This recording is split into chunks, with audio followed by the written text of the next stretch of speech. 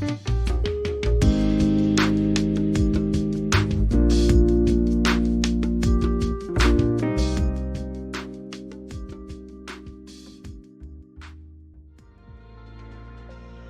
guys, Clumsy here. Welcome back to Clumsy Flying. How's everyone doing? Thanks for joining me today. Let's just adjust that a tad. That should work. Yes. How's everyone? Sim Update 3 today. The Sim updated a couple of hours ago. Caused havoc. Not really. In some cases, yes though. But so far, I think it's looking great overall. We'll see in more detail what other effects there are. Thanks for joining me today. We are continuing our UK tour with the Piper Arrow 3 from Just Flight. This is scheduled to release today, I think. It should have been yesterday, but because of the update, they decided to do some tests to make sure that nothing is negatively impacting the plane. I did some tests on my own, seemed good so far, but we'll do and test that more in detail later as we fly, so we'll see. But thanks for joining. We have a couple of folks in chat. Welcome back, guys. Nice to have you here again. Super, you are indeed the first. How's it going over there? Hey Patrick. How are things? Were you in Jack's stream? Sorry, couldn't drop by. Baba, welcome back. We are going to continue our tour from last time. Hey, Larger Life. Yes, great to see you here. How is the Sim Update 3 treating you? Just getting some more work done, then off for some flying. Sounds good, man. Sounds good. It's going to be a big update though if you haven't updated yet. I think it's 7 or 9 gigs download. So hang tight. And a couple of mods have become incompatible, understandably. I think it's the G1000 mod may or may not be broken from working title. The G3000 mod is broken. I think the TBM improvements mod is broken as well. Anyway, I tried to update as much as I can the mods list. !mods if you're in chat. If you're watching this in YouTube, the recording, then the mods list should be in the video description. I try to update that as much as I can with the mods that I use, so that should be more or less up to date. And I disabled some mods there in the meantime while they are still getting updated. The CJ4 looks like it's working great, so only needs minimal adjustments. I think you will barely feel the difference, so it's still working as great as before.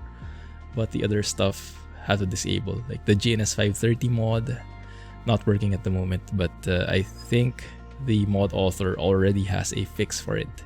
It's going to release it tomorrow. Let's see. Yeah, that's what I hear. The update 3 broke the Caernarfon Piper Arrow.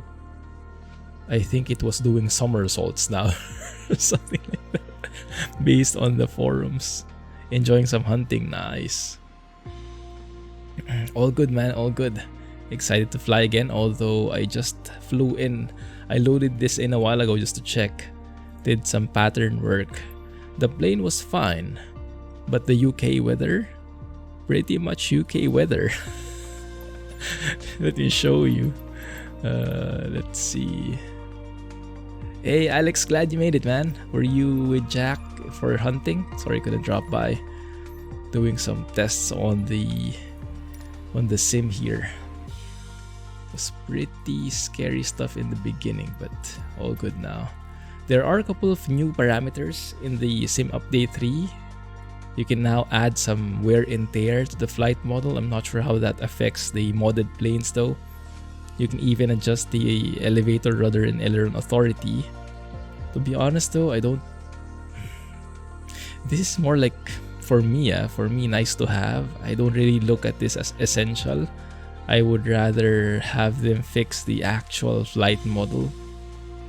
Like the effect of the wind when on the ground. The rudder control, stability, things like that. And the actual physics. but I guess that's something they worked on as well in addition. So we'll see how it works. And how do I show it? I think here.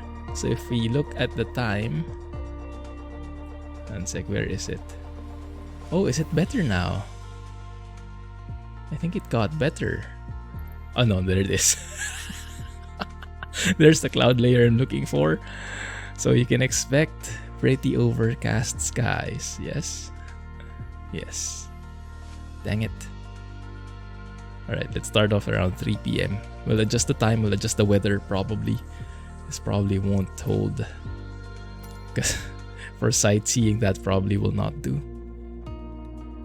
Ada, how are you? Did you manage to get pro mods working? I saw the guys were helping you in the Discord. Yes, we're still doing the tour. We are going to start off in Liverpool at the moment. Going to explore around this area, then we'll proceed west. We have a couple of landmarks. There has been an update to Bush Talk Radio. So this is how the website looks like. I have the client in the sim so that it synchronizes my location and automatically plays the landmarks. But now you can actually see if you've been to a landmark, it has check there, has a check mark. And there's a new thing called the Bush Radar. I'm not exactly sure how that works yet, but I think it's something along the lines of you can discover some discoverables. You can discover some landmarks and then include some, like, because for example how it works right now, all these landmarks were put by some people, but I think in addition to those which have been quote-unquote discovered, there are some undiscovered ones. I'm not sure how that comes about. You can go to and then you can flesh it out. You can add more info and add that to the database. So I guess that's a way for the system to work. That's a way for the system to update and add more landmarks in, something like that, I guess. So yeah, actually the weather is a bit better. It's a the clouds thinned out just a bit from a while ago. Okay, I can take that, but you can see the winds. You can see the windsock right there. That's perfectly perpendicular to the runway because the runway is that way, left to right, and the windsock is up down. So yes, 90-degree difference, more or less. Going to be pretty interesting later on. So let's go and log into Bush Talk Radio here so we can get some landmarks in. I'll get back to chat in a bit, guys. Give me a second. I'll also give you some updates on this plane. As I mentioned, it's going to be releasing very, very soon. And I'm proud to say I had a big part in it recently. I'll share more details in a bit. 1 second. Let's get inside the cockpit. Turn off track IR while I'm catching up with chat. It's beautiful weather. Where is there again? Let's open the door, get some fresh air in here. Is it negative right now? Am I reading this right? So that inner part is the Celsius, outer is Fahrenheit. So this is 0, so that's negative on the left here. So that's -7. Not sure if that's accurate. You were shooting at stuff. Hope you guys hit them. Whatever they were. Yeah, Fabs. Welcome back. Yeah, indeed. They were actually planning to release it yesterday, and I was working with them for that last-minute bug fixing. Because there was a major bug that I encountered, and I was working with them directly to help with fixing it and replicating it. So they were sending me the preview builds. Like you can see this one that I have. It's actually like a debugger mode enabled. You can see like the coordinates there in the upper left. So they were sending me some files of, okay, can you test this one if this works now? Because there was a problem that the plane wouldn't start. I remember Jack. The plane wouldn't start at all, and I was thinking I was doing something wrong. But I looked at some real life videos, and it looks like I wasn't the only one encountering it at the end. So there was a problem with it, with some last minute changes they did. So I was working with them, and they were really trying to fix that, because that's going to be a big problem for many people. And they were ready to release it after we fixed it. Unfortunately, they discovered that the patch Sim Update 3 was coming out. So they decided to play it safe and test it thoroughly before releasing it, which is a good move, I think. Have you missed Manchester then? We can go back. If there is, although there is only one landmark, but if you can tour us around, I'd be happy to go back there. It's pretty near, right? That's where we came from. I think only Old Trafford was the landmark in there that we discovered. So some new things here. We have priming required. You can see the warning in there. That's basically the initial priming, feeding fuel into the tanks or somewhat, so that the engine has fuel to burn. Please don't make me explain things in technical detail. You know, I suck at that, but let's start it off. I'll show you instead. Let's go with that. Hey, Adventure. Welcome back. Oh, because Adventure, you popped up. I remember to open Sky Park. Thanks. It shows that you already discovered. That's a check mark. Yes, exactly. Could discover your house. Make it as a landmark. That would be great. Caernarfon Piper, no. I have no plans to. I saw the interior, and although it looks nice, it looks very similar to the Mooney, which I already have. So I'll let the other guys test that.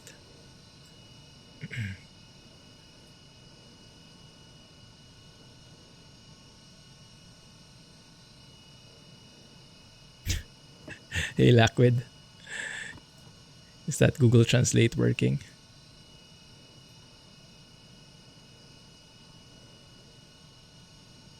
Okay, let's resume the tour here. We're going to Caernarfon. Probably read that wrong. You guys will probably be able to help me better how to read that. But that's somewhere in the west, to the west. So what we can do is we can fly over Liverpool, explore it a bit. The best landmark in Manchester. Oh yeah. Talking about that, actually. Let me show you a photo. Yeah, we can drop by. We can drop by Manchester. Tour the place around. Thanks for following and welcome to the channel. How's everyone doing?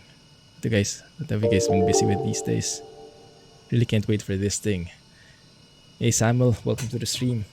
Yes, hopefully they release it very, very soon. I'm just looking for that image I have. I have this nice photo of it. If I can find that. Is it this one? No. That's the group flight we did. Thanks for following, guys. Ad hoc group flight with Jack at the back. That's the one, isn't it? I was supposed to show that to you guys. So we'll see that in action later. Hopefully the weather will hold. Yes, I'm excited for that too. March 16th.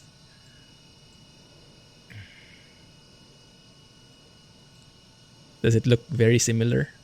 Okay, cool. So this is what I wanted to show. So we have the batteries on, we have avionics off, we have turn on the nav lights, turn on some panel lighting. And what we'll do, for the propeller full, left tank is on. So here we'll put the throttle 1/4 of an inch forward. Here we'll put the fuel pump on. We'll prime the engine. You can see priming required. That's exactly what we're doing. So we'll turning on the fuel pump and putting the mixture to full. You'll see the fuel pressure rising. This was the bug that I found and that they fixed. The fuel pressure now is rising. warning disappears, fuel flow increases, and that means we've properly primed the engine. And now we can do our startup sequence. So from there, we can go pull the mixture all the way back. Now we can start it. And it starts. That was the problem before. And I thought I was a complete dummy because I was trying so hard to make it start that exact same sequence and it would not start at all. I was thinking, what the heck am I missing? So yeah, it works now finally. Turn on the alternator to charge the batteries. Let's turn that on later. Avionics can go on though. Old school avionics at that. Transponder, let's just put that to alt porting. How much will this be? Just flight. I think it's around 44 USD if I remember correctly. You can check it though. If you go to the mods list, exclamation point mods, look for the Piper Arrow by Just Flight and look for the link. There's a link there going to the site. That should give you more accurate information.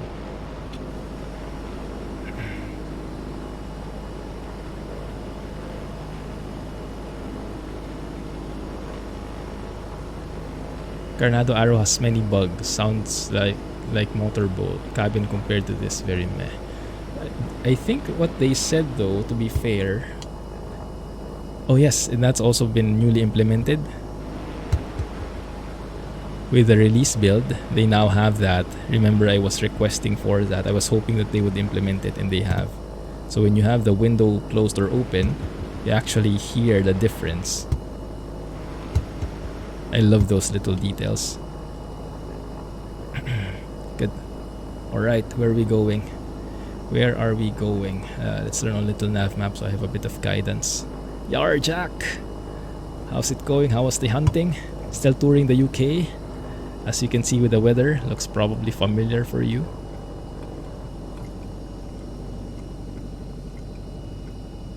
Old Trafford is the biggest club ground in the UK and second biggest in the country. And then we'll have to really pass through it. The CRJ will be out on the 16th of March, so next week. I should have access to that as well. So I got in touch with Aerosoft and they said that they'll give me a press copy for it. Although I don't think I will be able to feature it early. I think I will be just the same time as you guys. Let's turn off the tablet there for a full immersion. You've flown this when you did your CPL. Nice. Does it look familiar? Does it look the same? There was a group flight. There was an ad hoc one the other day. I was just streaming offline in Discord. So if you guys want to join Discord, exclamation point Discord gets you there. How many times can I say Discord? But yeah, sometimes I stream there informally and it just so happened that the guys were around and they joined me. So it was a very short one, but very nice. Proud Red Devil. Yes, nice. Good to hear. Flaps. One notch. Turn on the strobes. The anti-collision lights, landing lights, boost pump. Ito heat, let's turn on as well. Okay, that looks good. No one on the runway. Now this is going to be very difficult because you can see the windsock. Yeah, winds are coming from our right. And this is where I have a problem. I'm not sure if this is flight sim displaying a flight sim problem, an FS 2020 problem, a Piper Arrow from Just Flight problem, or a pilot problem. It's probably the latter. But let's go and put back the yokes. Full deflection to the right there for the wind component. For the crosswind. And I'll try to stay here in center line and see how much that would. Listen, that you see how much it's super sensitive. until you find the right balance. Until then it's stable, but it's super sensitive beforehand, which is a bit troubling. Positive rate, top brakes, gear up. Yeah, the rudder control is not very smooth. I think it's the sim in general that has the problem.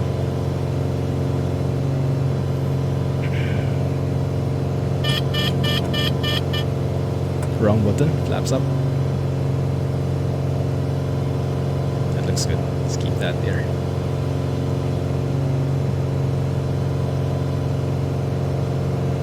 GGMUFC. What does that mean?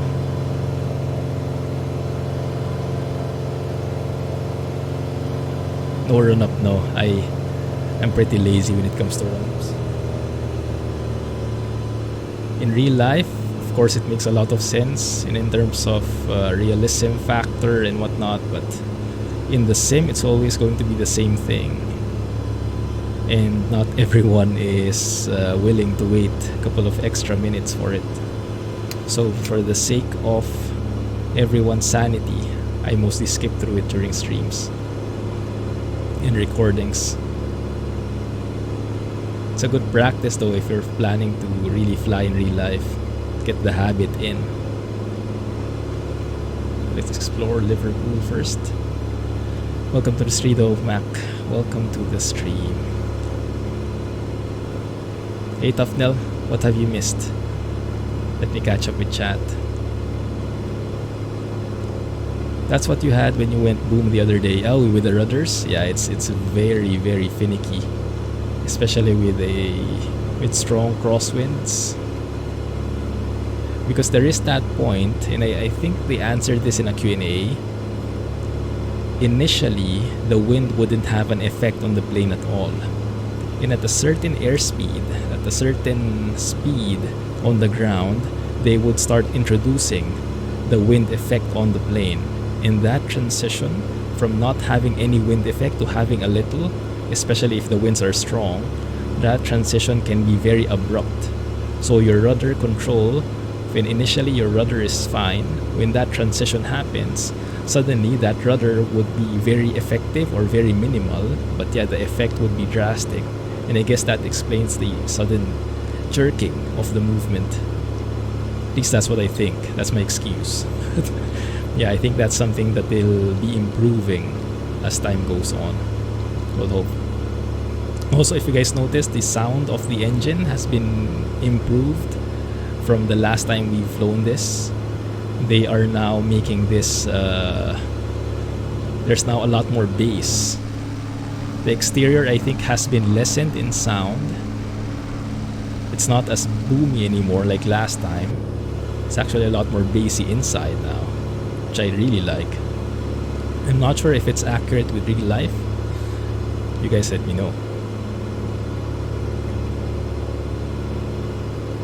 Yes, it's Track IR. Yes, exactly. You can Google Track IR, one word. It will lead you to the website. Or that one, what Jack said. Good going, Manchester United Football Club. Ah, nice. So yes, here we'll tour Liverpool for a bit. See all the nice buildings below. If you notice something that you recognize, you let me know, okay? Otherwise, we'll go straight to the landmarks here. I think there's a river. Let's see. This one that we're going on, there's actually a river. Yeah, what does it? Is it Mersey? River in the northwest of England. So there should be some flavor text for us there. Hey Ninja Squirrel, how are you? Sorry, missed your message. Are there many in-op switches? Hey Hoban. No, actually not. Actually, most of the stuff is working. Some stuff that I haven't explored, look at this. They have this fan, and if you turn it on, there's actually a sound. It actually works. So I think all the switches are working. Even this one. The red lighting for flying at night. Or you could even open the cabin air here for the passengers, I think, so that there's air that comes through. Something like that. The River Mersey is a river in the northwest of England. Its name is derived from the Anglo-Saxon language and translates as Boundary River. The Boundary river may River. have been the border between the ancient kingdoms of Mercia and Northumbria, and for centuries it formed part of the boundary between the historic counties of Lancashire and Cheshire. The start of the Mersey is at the confluence of the River Tame and River Goyt in Stockport. It flows westwards through the suburban areas of South Manchester, then into the Manchester Ship Canal at Earlham, becoming a part of the canal and maintaining the canal's water levels.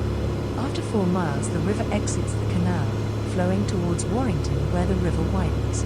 It then narrows as it passes between the towns of Runcorn and Widnes. Mercy. From Runcorn the river widens into a large estuary, which is 3 miles across at its widest point near Ellesmere Port. The course of the river then turns north as the estuary narrows between Liverpool and Birkenhead on the Wirral Peninsula to the west, and empties into Liverpool Bay. In total the river flows 70.33 miles. A railway tunnel between Birkenhead and Liverpool as part of the Mersey Railway opened in 1886. That's a lot of text. Tunnels pass under the estuary from Liverpool. One sec, let me stop that. Let me answer chat first. Hey Wolf, can hear the wind hitting the microphone when standing behind the plane. Ah yeah, the sound does adjust. Like if your camera is here in front versus if it's at the back. It is very different. But yeah, they've put some amazing detail into this. I've literally spent hours trying to solve that problem, that startup problem, or trying to fix that on my own to no avail. Thankfully the guys know what they're doing, and yeah, once the problem has been reported, they fixed it. So by the time this plane gets to your hands, it should be perfect, or pretty close to it. How are you doing, G? Great to see you're doing well. I love the detail here. Bootle is a town in the metropolitan borough of Sefton, Merseyside, England, which had a population of 51,394 in 2011. So this isn't wider Liverpool parliamentary anymore? constituency had a population of 98,449.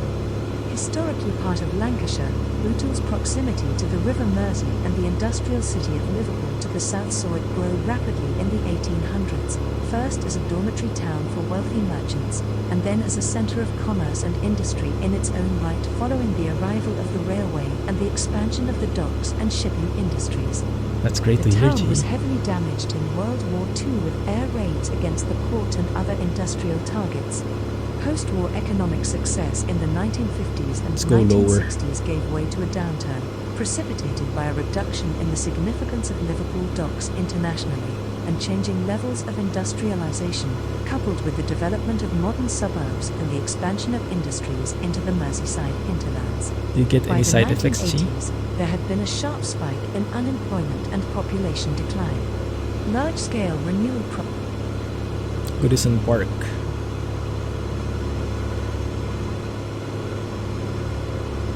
How about that? I bet you know something about that, this one as well. Anfield is a football stadium in Anfield, Liverpool, Merseyside, England, which has a seating capacity of 54,074, making it the 7th largest football stadium in England. It has been the home of Liverpool FC since their formation in 1892. It was originally the home of Everton FC from 1884 to 1891, before they moved to Goodison Park after a dispute with the club president. Destroy Anfield, The please. stadium has 4 stands, the Spian Kop, the main stand, the Sir Kenny Dalglish stand and the Anfield Road end. The record attendance of 61,905 was set at a match between Liverpool and Wolverhampton Wanderers in 1952.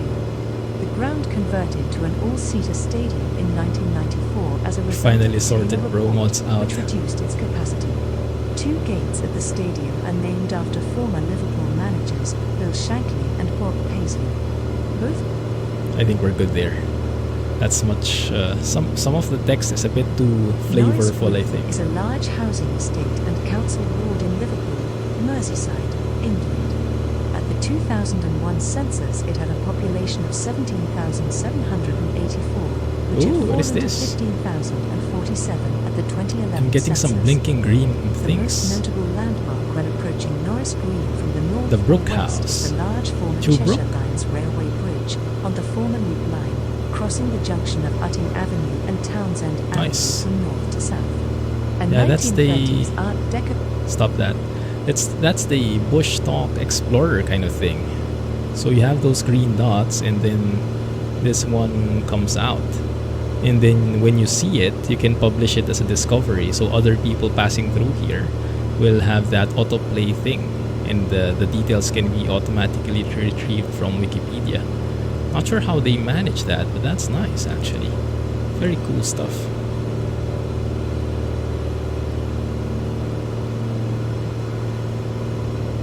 Fortunately, you've had none. Nice. Some people had some side effects.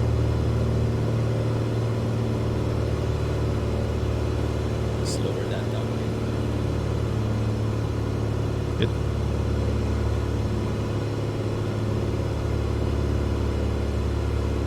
So many acronyms. Goodness. I'll leave you to your acronyms, guys. Alright, shall we head to Manchester? I think we can follow the M62. Well, we can follow this motorway first, this one on the right, that one, on our right wing. That should be the... I'm not sure what one that is. We consult little nav map. M57. Guys driven through there. So let's follow the M57, that one, all the way south, and then let's turn left on the M62.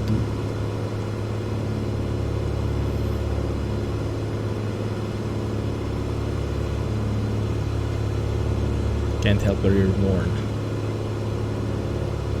True.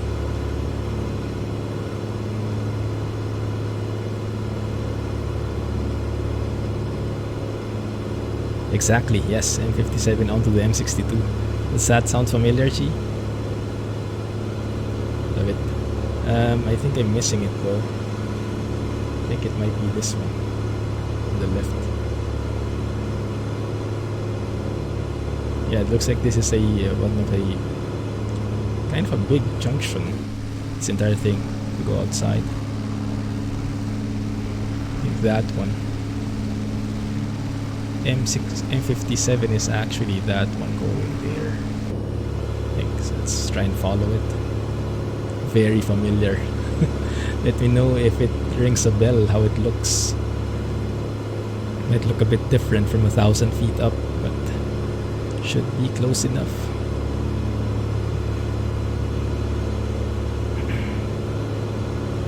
That should lead us on to Manchester, right? I hope.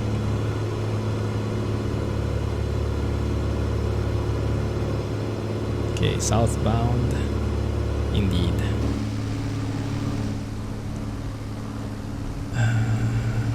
If I can find it, that is. Should be a big one, right?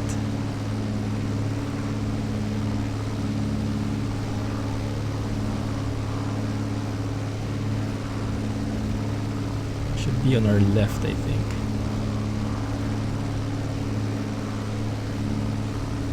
Yes. I think it's this one. Snaking across. Yeah, exactly.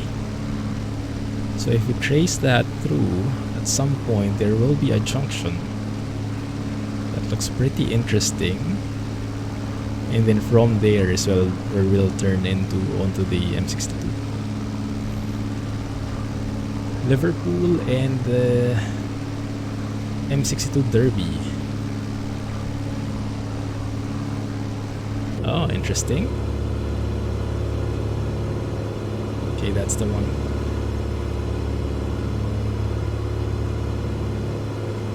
Just love how full of detail this is though. So even with the not so perfect weather, look at that roundabout. Nice. Even with the not so perfect weather, still get a lot of nice sights here below.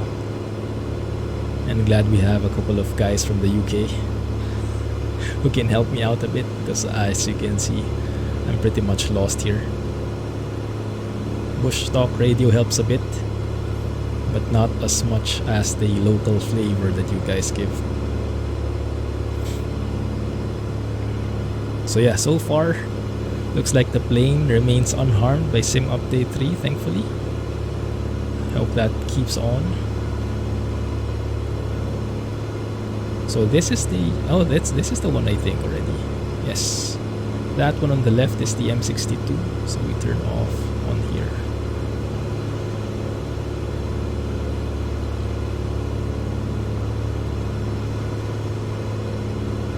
There you go. Beautiful. Even the cars look realistic from above like this. Quite nice. You can even see the individual lines of the road markings. I think at 1,000 feet it's perfect. You don't notice any of the imperfections, but you get all the details. Cool. So we'll follow this road all the way to Manchester. Okay, cool. I think it turns off after a while. Actually, we'll be flying over, if you guys remember, the airport from last stream or last week, where we landed in Barton, that runway with that airport with the grass runways. So we'll actually be flying over it. And what the heck is that? Why is there an obelisk there? Is that real? Manchester Airport should also be on the right. Should I maybe tune into the VOR? 113.55. There you go.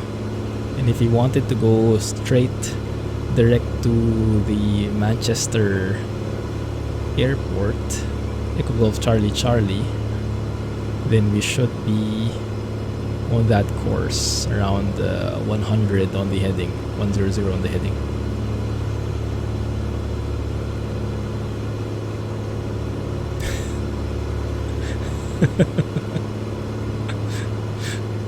Makes sense, G.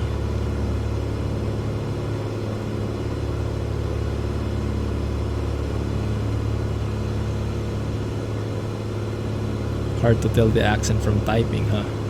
Sure. Did you figure out how to program the GPS thingy? Not really. I looked for some manuals online. I actually forgot to ask Just Flight if it's implemented, if you can really plug in stuff there. I have my doubts. It's working if you plug in the flight plan from the world map and then you load it in. But if you're going to type things here, I don't think it works. At least I don't know how to. So let's see. 3D nav is when we have enough satellite info.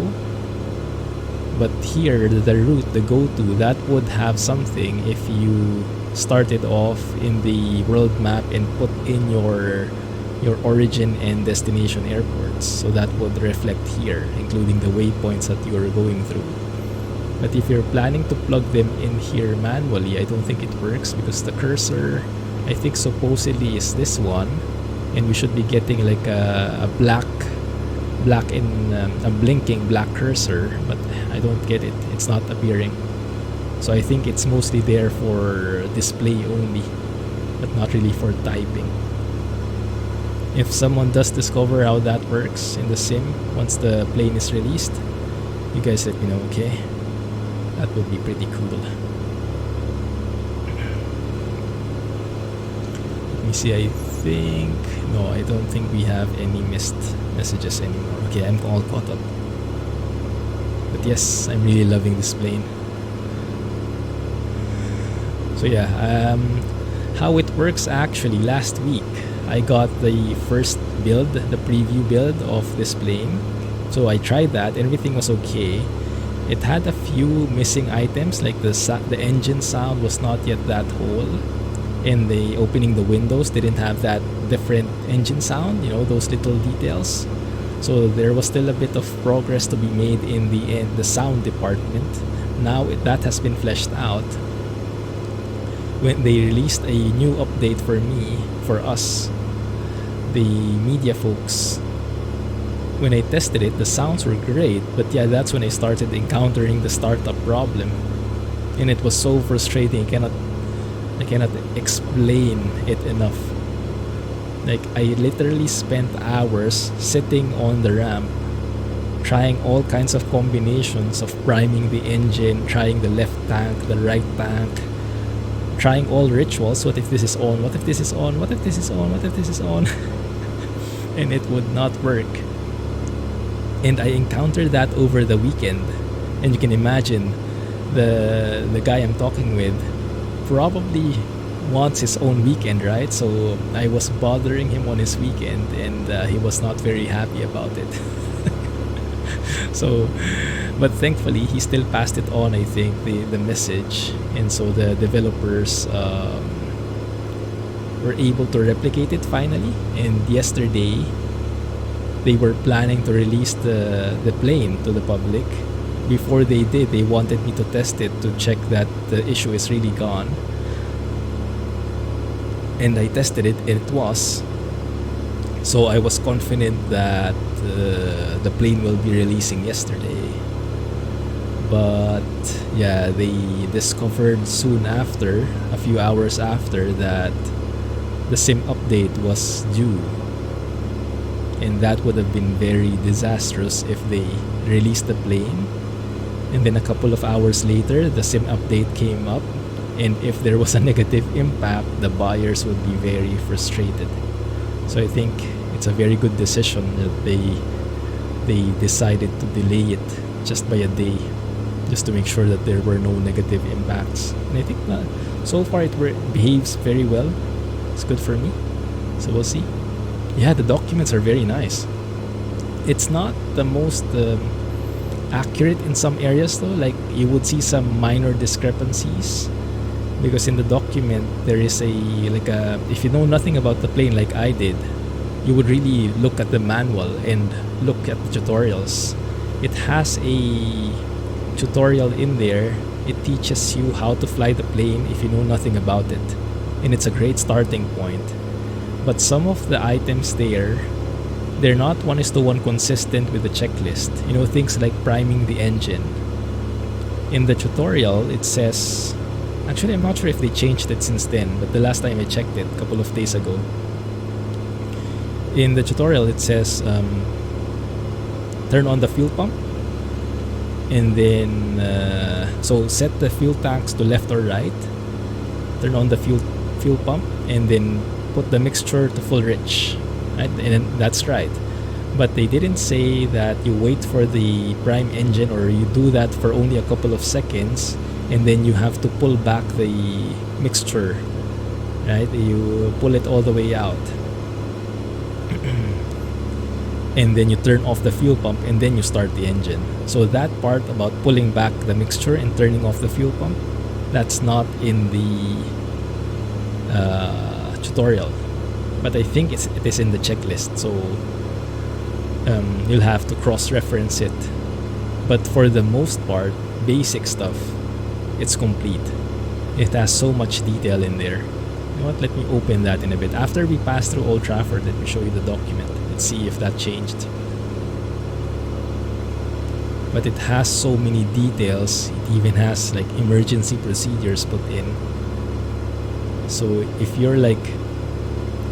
want some leisurely reading, you can actually put that PDF in your phone, in your tablet. Go and read up on it on your off time if you can't fly but you want to learn more about the plane. It's pretty good. And yes, I discovered that there actually are failures in this plane. a while ago, when we had the tablet, you saw the priming required. That's one of the warnings. They can also have like spark plugs are fouling, and when spark plugs are fouling, that happens when you have low revs on the ground, and when you're too low of a rev, the spark plugs start fouling, and you have to increase the revs. So you have to pull forward the throttle, things like that, and that warning will disappear. I think there's also such a thing as vapor lock, and some of the common problems in these kinds of planes. So those are all modeled in. I didn't think that was going to be that detailed, but it's nice to see. So it really teaches you some good habits. Hey Tom, thanks for the raid. Welcome back, man. How are you? The checklist is called radar check. So F, fuel check, then radio, then engine temp, then direction, altimeter or altitude. Ah, nice. That's a nice, what do you call that? Mnemonic device. Old Trafford is a football stadium in Old Trafford, Greater Manchester, England, and the home of Manchester United. With a capacity of 74,879, it is the largest club football stadium in the United Kingdom, and the 11th largest in Europe. It is about 0.5 miles from Old Trafford Cricket Ground and the adjacent tram stop. Nicknamed the Theatre of Dreams by Bobby Charlton, Old Trafford has been United's home ground since 1910, although from 1941 to 1949 the club shared Main Road with local rivals Manchester City as a result of Second World War bomb damage. Old Trafford underwent several expansions in the 1990s and 2000s, including the addition of extra tiers to the north, west, and east stands, almost returning the stadium to its original capacity of 80,000. Future expansion is likely to involve the addition of a second tier to the south stand, which would raise the capacity to around 88,000. The stadium's record attendance was recorded in 1939, when 76,962 spectators watched the FA Cup semi-final between Wolverhampton Wanderers and Grimsby Town. Old Trafford has hosted FA Cup semi-finals, England fixtures, matches at the 1966 World Cup and Euro 96 and the 2003 Champions League final, as well as Rugby League's annual Super League Grand Final and the final of 2 Rugby League World Cups. Congrats, Tom. It also hosted football matches at the 2012 Summer Olympics, including women's international football for the first time in its history. Manchester something canal. The fact that the fuses are working is amazing. Oh, indeed. Yes, that's a good point. Let's go and test it. Let's go and test it. Hope I don't disable the wrong fuse though. Let's see. Landing gear. I want the GPS one. So like the display goes off and if I turn it off.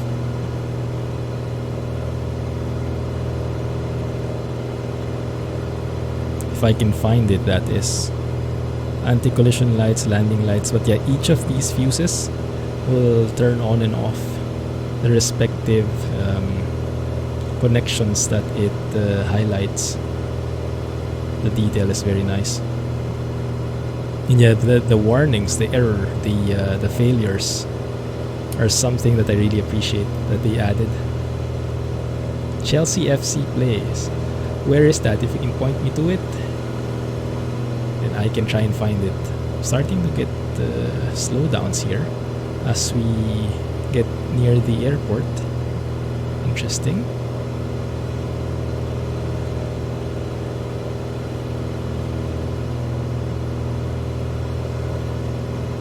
You'll see the empty had. Why empty had? Go east. What am I looking for? Is that a building? Etihad, like the airlines? In London. Ah, we're quite far away from London at the moment.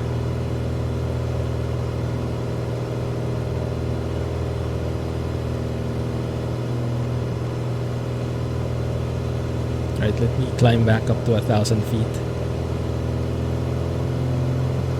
Also, I love the sounds when you change the RPMs using the propeller lever here. You really hear it changing. Full RPM. I love the bass. Very nice.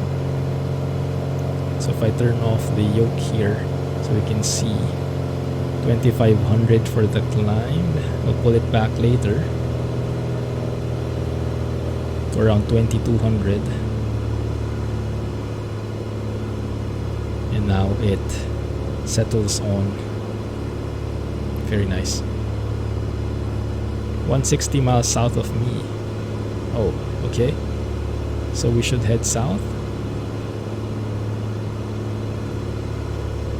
Blue monstrosity.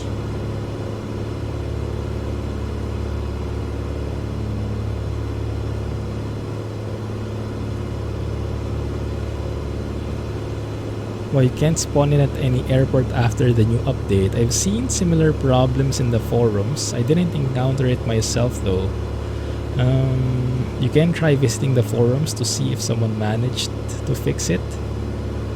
But I think what I read, let me try and remember. I think it had something to do with the install.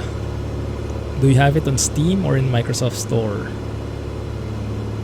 Try going to the Microsoft Store, looking for if there's an update there that you can download, and then get back into the sim. Right. So yeah, that's what I did. I'm on the Microsoft Store as well. So open Microsoft Store first, go to Downloads and Updates, click on Microsoft Flight Simulator, and it will detect that there's an update available. It will download that, and then load up the sim. It will find an update available, which is around 9 gigs, 7 gigs. And once the sim loads, don't fly yet, exit the sim, and then load it again. Don't ask me why, but the first time's not the charm. Okay. So try those steps and that should work. Good luck. But yeah, I think you're not able to fly because of a version mismatch. Basically, you have the older version of the sim and it's not allowing you because there's a newer one available. But the update process is not very intuitive, so a couple of other folks are getting that same problem as well. Another update, good grief. Yeah, you just updated, right? Yes. I'm not personally very happy about this Sim Update 3. I was looking forward to it before, but I think we reached that point where the planes that we fly, for example, this Arrow by Just Flight, the CJ4 mod by Working Title, the CRJ that's coming up, the planes, the custom planes from third-party developers have gotten that good that we're not really that reliant on the basic planes anymore. At least that's how it is for me. So the updates that they did, I think they added a couple of new features in the G1000 and the G3000. But overall, it didn't make much of an impact on my end because I was already using custom stuff. So it's not that useful for me personally. And also based on the reports, although I haven't tested it out yet, the approach problems are still there. If you guys encountered the U-turn problem before, like when you set an approach, you activate an approach and it makes you go back to the previous waypoint you were from, I think that's still there. So that's a bit of a big no-no in terms of a sim update. That's one of the major things I would hope that they fix. Hopefully not everything is too late. Is that a train station? Looks beautiful. Is that somewhere in here? Let me see.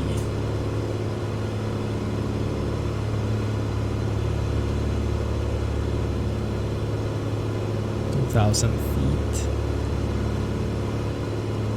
I was hoping that I can discover the the train station and mark that as my discovery. Because the good thing here in Bush Talk Radio is the green dots a while ago that I showed, you can actually say, okay, discover it, put that on the map, and then it will put your name against it.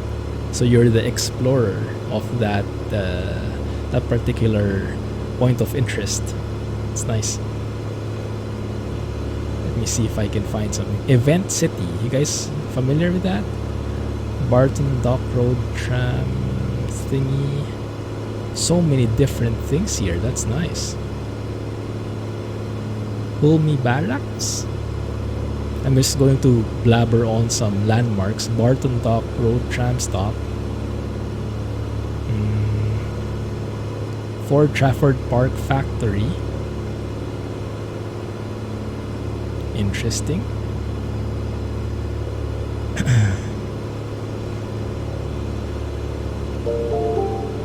Manchester Piccadilly. Ah, I see. Cool. FS 2020 had another update today, yes. It's mainly for the G1000 and G3000. So if you're flying any of the basic planes, then it should help a lot for you. I think. I hope. Otherwise, it's not going to be that worth it. So Manchester Airport should be to our left, I believe.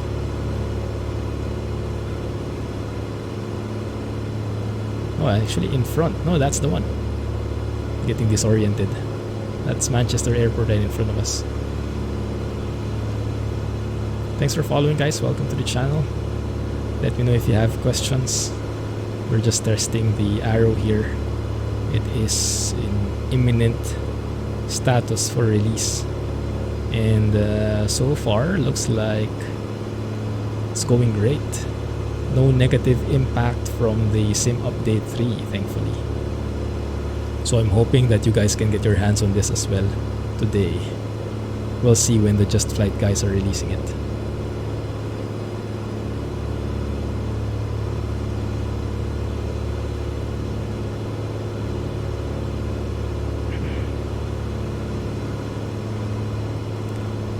Where is that, Chi?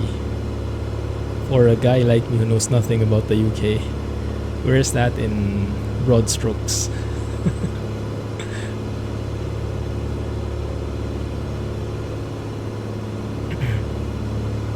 Let's just fly over the airport near Blackpool. Ah, I see. We passed through Blackpool in one of our streams. Just north of Merseyside. Use your mouse for the cockpit cameras. Hey, Captain Santa Claus, welcome to the stream. Try to program your joystick toggle for the inside cameras. You can, yes. What I do, well, this one is using my head movements, right? Using this Track IR thing. And that's great for simulations. For any simulators that you have, I highly recommend it.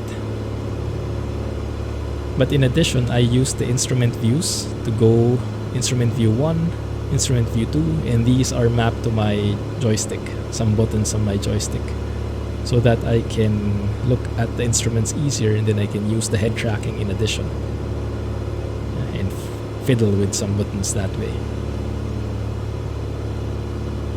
Looks like someone's on final to Manchester. I don't have the custom Manchester Airport yet in here though. The one from Mako Sims. That's a great looking one, adds so much detail to the airport, but I removed it in the meantime because the update is fresh.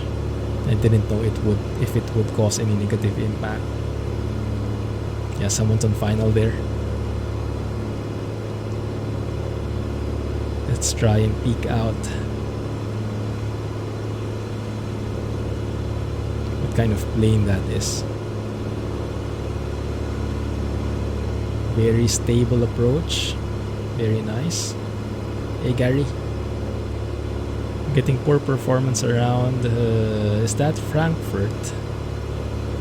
and in the 320NX. This is online. Here, they're like, yes, there he is. Successful landing on which runway is that? 06, right? Something, maybe. Stopped in the runway though. Good job, Darius. Let's keep at this 2,000 feet for now. Frankfurt, yeah. One of your businesses was based in... Is that Pilling? I hope I'm reading these things right.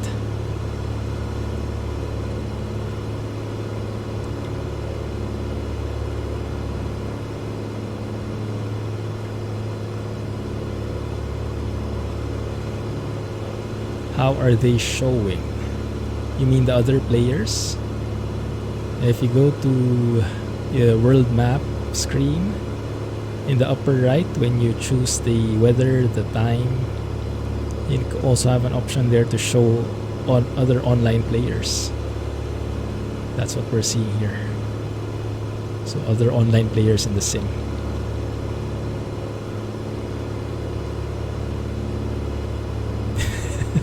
Did you just get back, Alex? How are you? Hope everything is fine, man.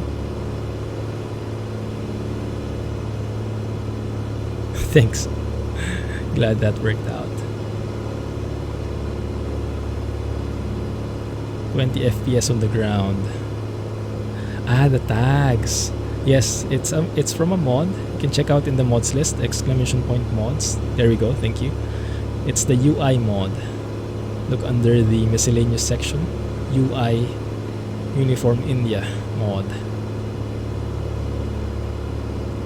That will allow you to have custom nameplates. In much more important for me at least is you can press backspace to hide all the names, so you have some visibility. But if you want to take photos or if you want a more immersive experience, just press backspace to turn them on and off.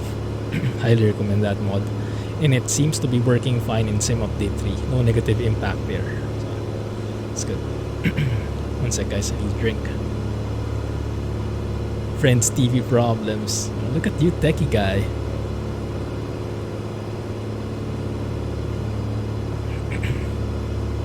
Fixing TVs now. Welcome back, man. Woo. Cloud cover. Cloud layer is actually pretty low here, huh?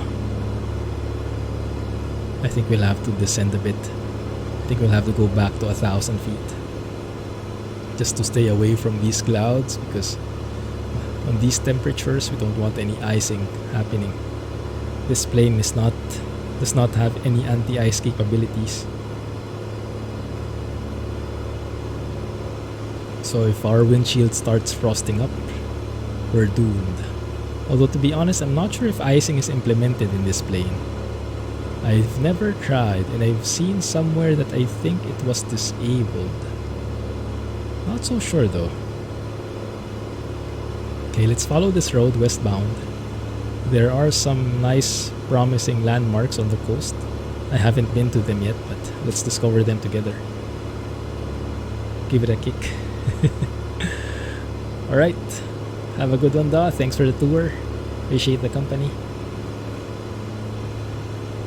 Let's find out icing for science. Hey LK. Exactly, yes, that's the one. Tiny plates. It's very convenient. Definitely agree. Alright, let's do this for science.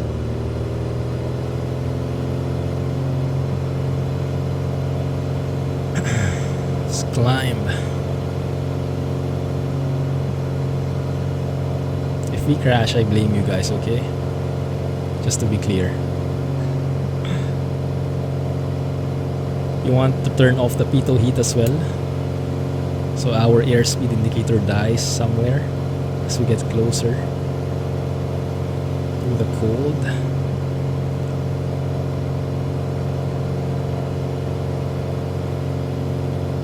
Told her to turn it off and back on, but it worked.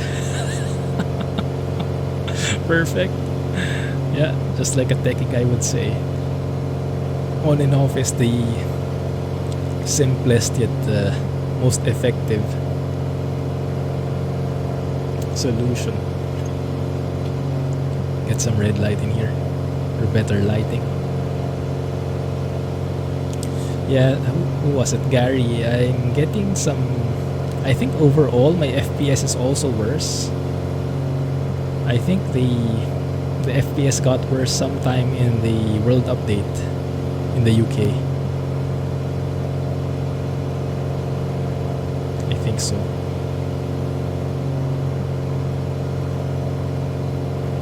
And they haven't fixed it in this Sim Update 3.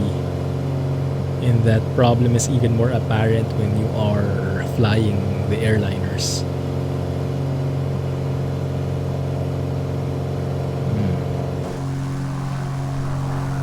Well, no icing yet, so maybe it's not modeled in.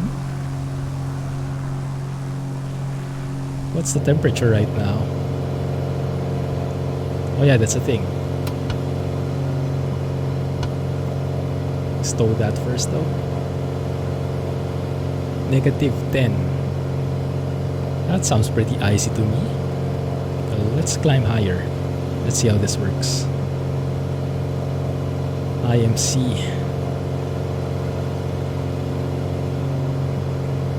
In the mixture. Get a bit more power in there.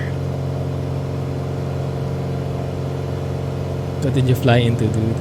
Yes, that's the outside air temperature. Approaching -20 now. Still not getting any icing though, interestingly enough. Let's continue heading westbound here.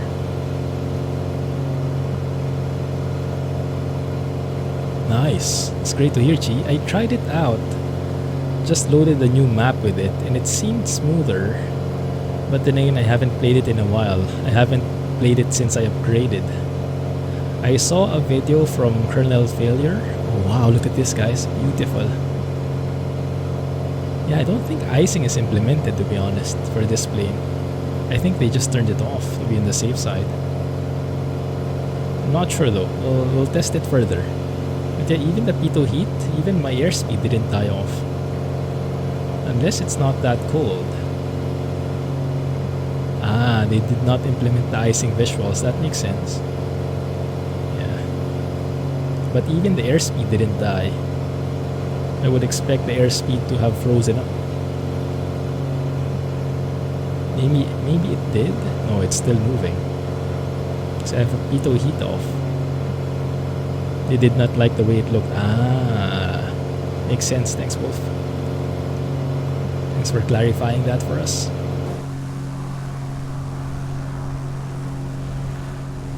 The clouds look beautiful though. Even more so than before. They even got rid of the grainy clouds for the most part. So fluffy.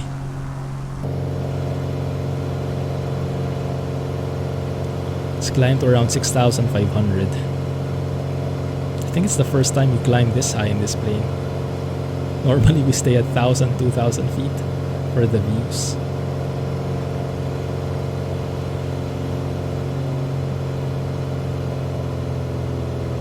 There we go, 6,500. Let's keep that in.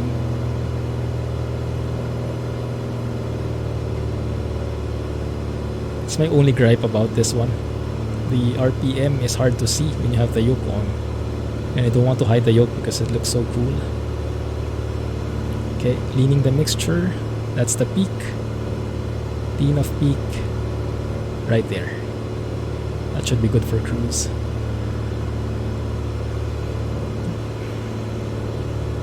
Lovely visuals indeed. Let's turn on the pitot heat back on. So it looks like icing is not modeled in for sake of simplicity. Because right now the icing in the sim is a bit too aggressive based on what I've heard and based on comparisons with other sims. It's a bit too aggressive. So I think until that's been refined, it's a good move from developers to just disable it in the meantime until it's modeled properly. by the platform. Okay, there is a VOR up ahead. Wallasey. You guys familiar with that? 114.1. There it is.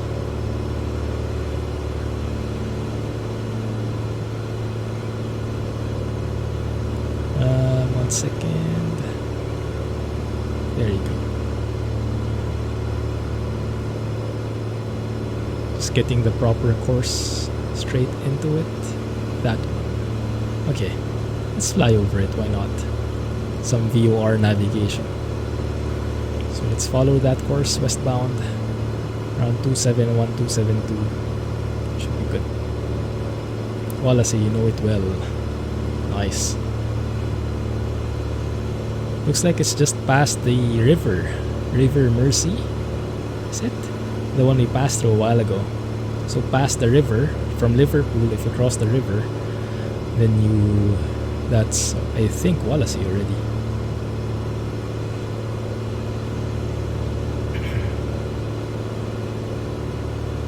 Liverpool direction indeed. Nice. Never imagined going above clouds on this plane. It looks good. Actually, we have plans, guys. So I haven't been very active in our on-air VA. So we actually have a VA, a virtual airline, in on-air. The Clumsy Airlines.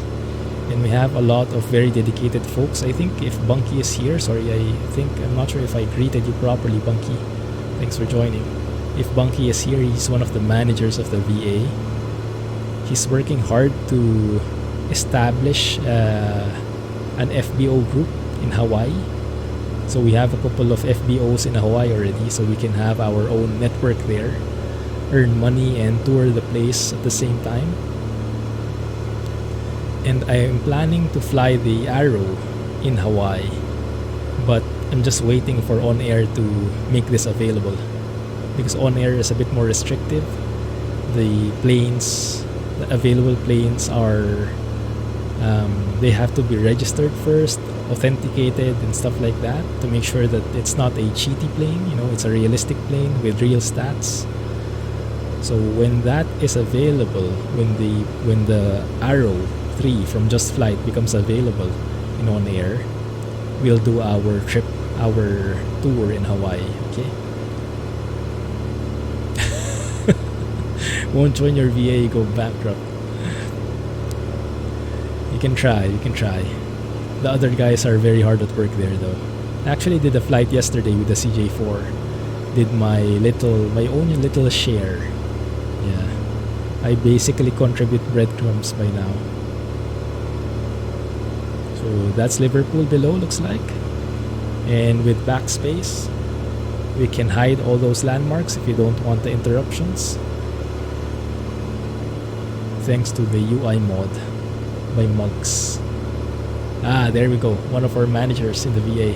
Downtown. Hard workers, these guys. Cannot wait to fly the CRJ in our FBOs. And I cannot wait to fly the Arrow in Hawaii. How are you doing? Or have you flown recently? And how is the update for you? I think there are some people who are complaining about those who have honeycomb yokes and throttles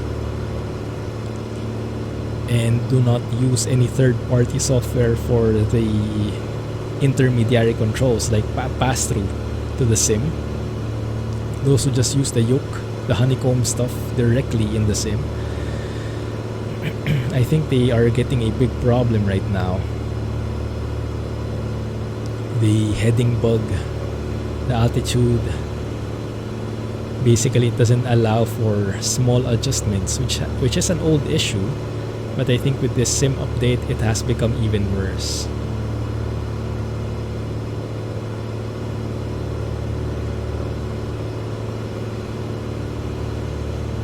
That's okay, Tom. Yeah, maybe next time message them first. I'm not sure about you guys. How do you feel about this?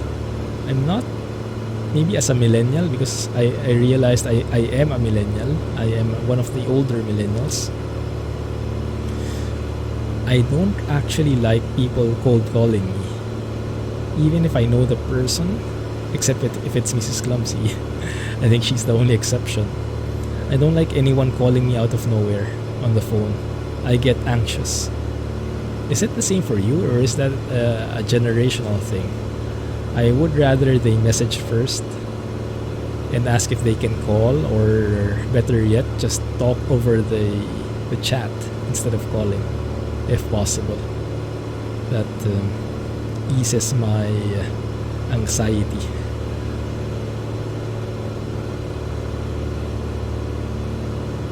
We're on vacation flying the TBM in Hawaii. Not too hardworking. That sounds great, man. Oh yeah, how is it now?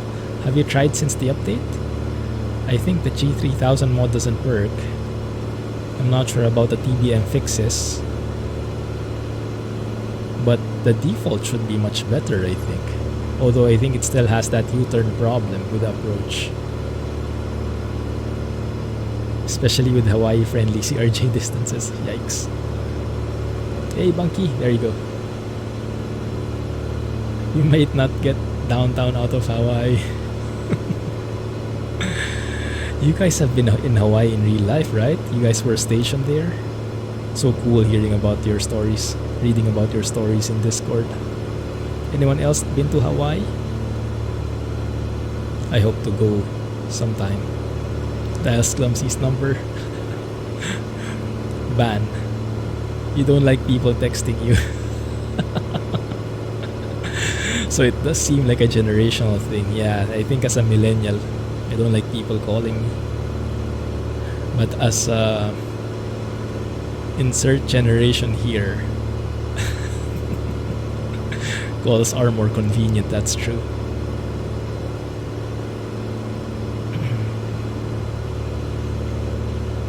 People know not to cold call you, as you do not answer your phone unless it has been prearranged. Ah, thank you. Yeah. So she is a millennial as well, I think. A millennial mind. Hey, Kamaste. Good luck, man. Enjoy. Hope there are no major issues.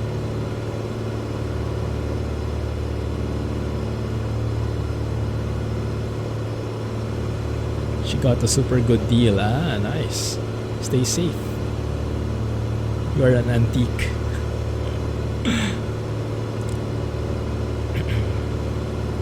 Millennial by heart. G3000 patch is out now. Ah, that was fast. Thanks, Larger.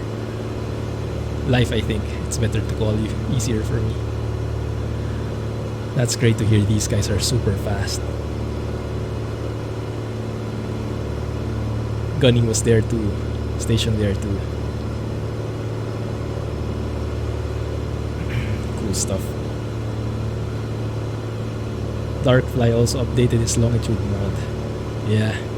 It's these guys that keep the sim alive, really.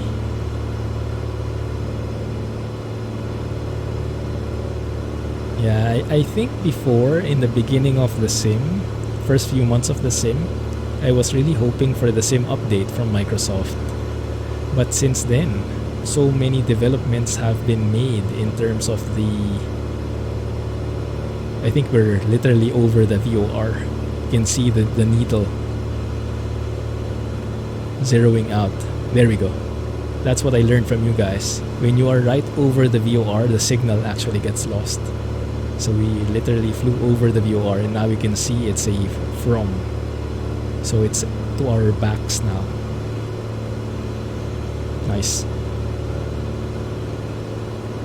I'm checking if the air conditioning is on because it feels colder. But yeah, so initially I was very excited about the... Let's go into the clouds here. I was very excited about the sim update. It's the update I was looking forward to the most. But since then, the guys over at Working Title, the guys over in the forums, you know, the individual modders in their respective mods have made things so much easier. so much more realistic that going back to the default avionics, the default systems, even if after this patch, it just feels less comprehensive, you know. So I think overall, now I understand it better that the world updates, the prioritization of the world updates is something that Microsoft is doing great. Personally, I think that's the right move. They focus on the world, let the third-party developers focus on the plane and fixing them. Because the way it's going, they're doing a great job at it. Right. Let's see if icing will happen this time. I highly doubt it. But anyway, we'll have to punch through these anyway. Nice. So the fly-by-wire A320, was that negatively impacted by the patch? I would imagine so. There were a couple of changes from the default plane. But yeah, for me, I think it's a good move for Microsoft to focus on the world updates. Focus on the platform itself. Focus on world updates, physics updates, you know, the flight dynamics, how the wind affects the planes on the ground, the rudder controls, you know, the overall feel, and let the third-party developers take care of the planes and their systems. Like, look what Just Flight has done here, right? So much detail. You guys want fans? You can have fans.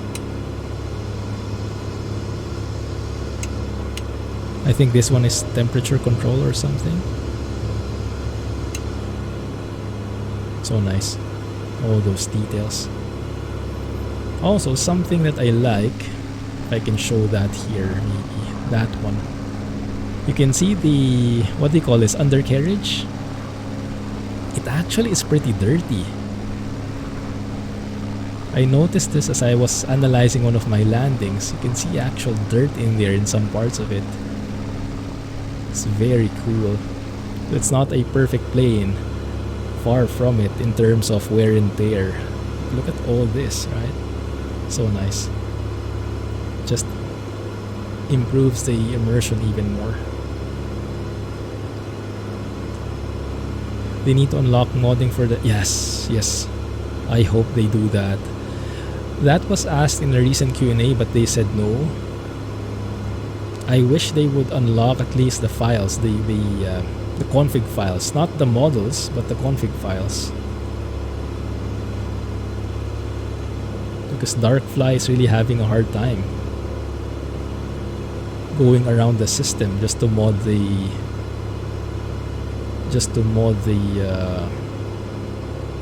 longitude.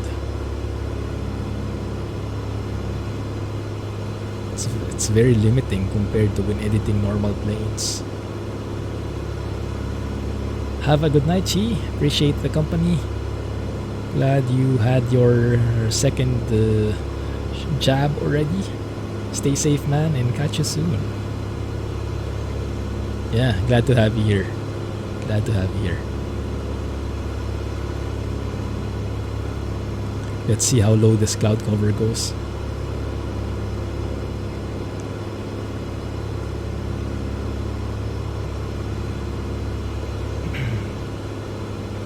Pulling back on the throttle as much as I can. When you go below 14 inches of manifold pressure, the landing gear warning starts. Wait a minute, why is that not there? Oh, there we go. Maybe that changed the threshold? I'm not sure. Okay, I see land up ahead. Hopefully not too low. Hey, thanks for following. Thank you guys for following. Welcome to the channel, and feel free to join chat, okay? If you're in the mood, join the discussions. More than welcome. If you have questions on the mod, any on the mods list on this plane, let me know as well.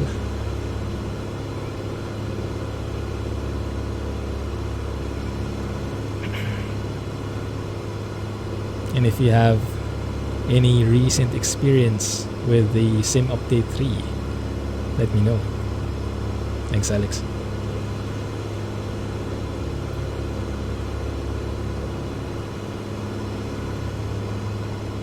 Can I call you Oma? Thanks for the follow, man. Appreciate it. Last update broke the game. Goodness, yeah, I've seen a lot of people having problems with the update. What problem are you having? I was reading through the forums before the stream to get acquainted with what the Sim update did or did not do. Looks like the Sim crashed. No, it's good. Still good. Phew. Hey, Rishi. Good morning. How are you?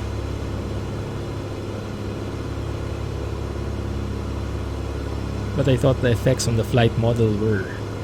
How would we check that? Because I would expect that I would be falling off like a rock in the sky if we had some heavy icing conditions. But it doesn't seem like anything changed with the mechanics, the handling.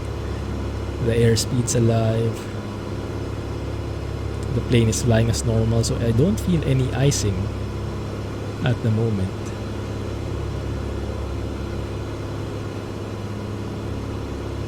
FPS problem. You're from Brazil, nice. Thank you for joining. Yeah, I also have an FPS problem. What I did at the moment, and I'm not sure if it's the same for you, I noticed I have a very bad FPS problem when I have either AI traffic or live traffic on. So I just turned it off. I have all AI planes off except the ones on the ground, so I still have ground traffic. And I have online players, as you can see from Mamba Dude there at the distance. But yeah, the others I turned off. Let's go lean of peak for this altitude.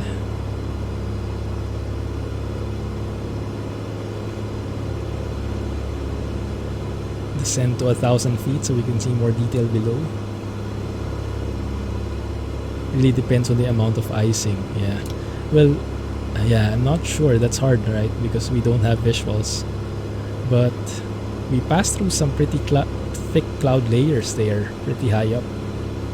And it's around negative 20 degrees based on the thermometer there. I'm not sure how we call that technically, to get my point.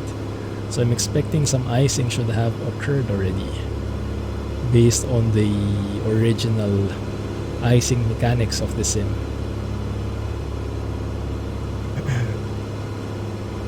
But that being said, I guess that's a good thing that it's not overly sensitive, so we have a bit more leeway to go around and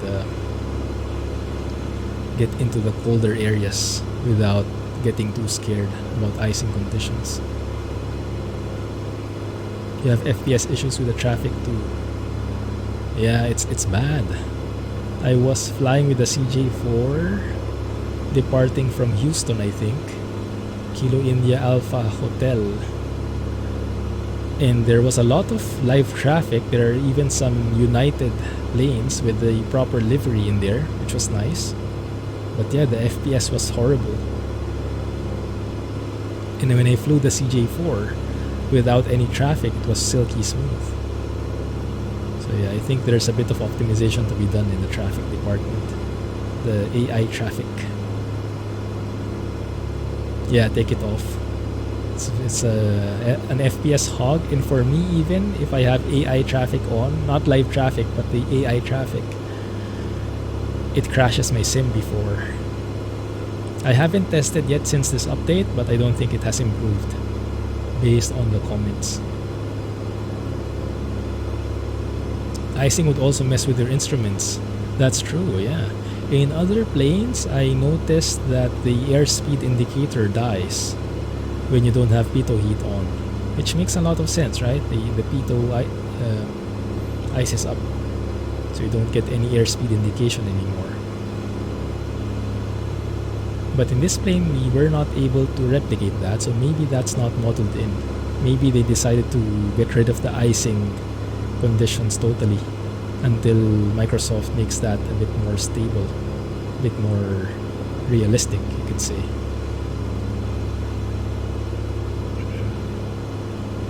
we do have a couple of landmarks here. Colwyn Bay. Is that ring a bell for you guys? Let me see.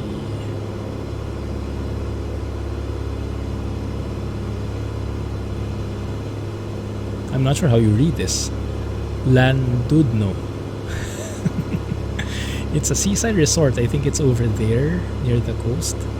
But we'll go there and let's discover it.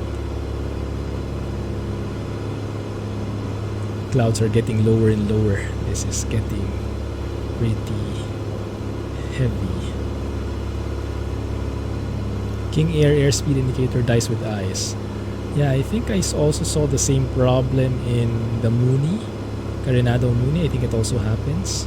So I think if you have any icing implementation, it is supported by default. But I think Just Flight probably just turned it off. The visuals definitely, from the looks of it. The effect, it seems like it as well. But that's not the official statement. That's just my basic observation. My non-scientific observation skills.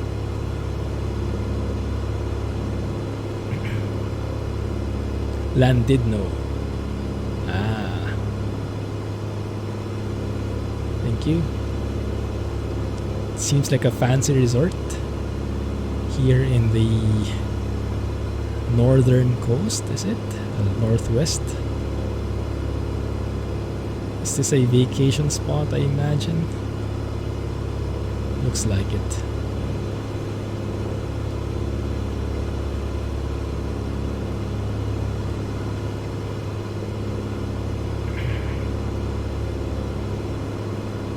Sure thing, Rishi.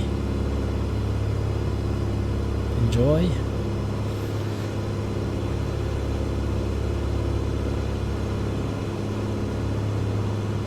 Make some chai. So let's see where this thing is. I think it might not be here right in front of us to our around 1 o'clock, but it is 1 o'clock, but I think that farther island right there. That really tip.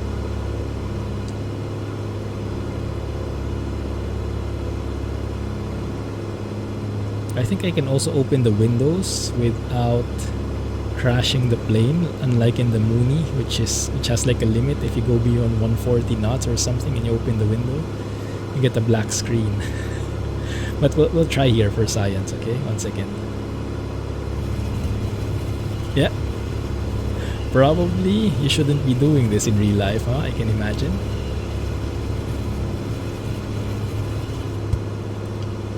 But nice to hear the difference in the sounds.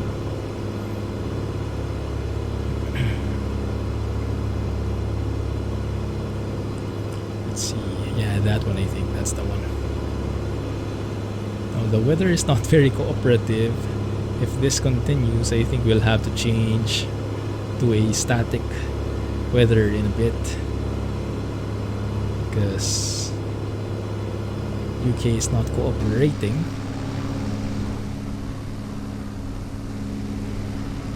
Does look quite nice though. Just chill vibes, nothing dramatic. But it would be nice actually if we could fly at night. See how this plane looks at night. That might be interesting. Although that might make more sense once we get into the more populated areas. So we have a lot of city lighting below. And it's not just pitch black. So we'll see how that works. Oh. Getting some winds here. The Great Orme is a mountain on the north coast of Wales, northwest of the town of Llandudno. Referred to as Singold Vinydd by the 12th century poet Welcmai ap Mela, its English name derives from the Old Norse word for sea serpent. I think it's this one. Orme, a smaller but very similar limestone headland, is on the eastern side of Llandudno Bay. Large-scale human activity on the Great Orme began around 4,000 years ago during the Bronze Age with the opening of several copper mines. The copper or malachite was mined using stones and bone tools. It is estimated that up to 1,760 tons of copper was mined during the period. The mine was most productive in the period between 1700 BC and 1400 BC, after which most of the readily accessible copper had been extracted. The site was so productive that by 1600 BC, there were no other copper mines left open in Britain because they could not compete with the Great Orme. Oh, interesting. Nice trivia. I would landed no.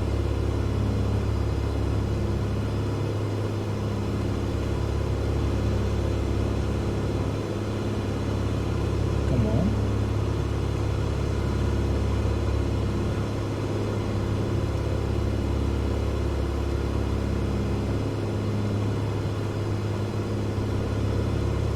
Hello? It's not playing. 1 second. Come on, play it, bro.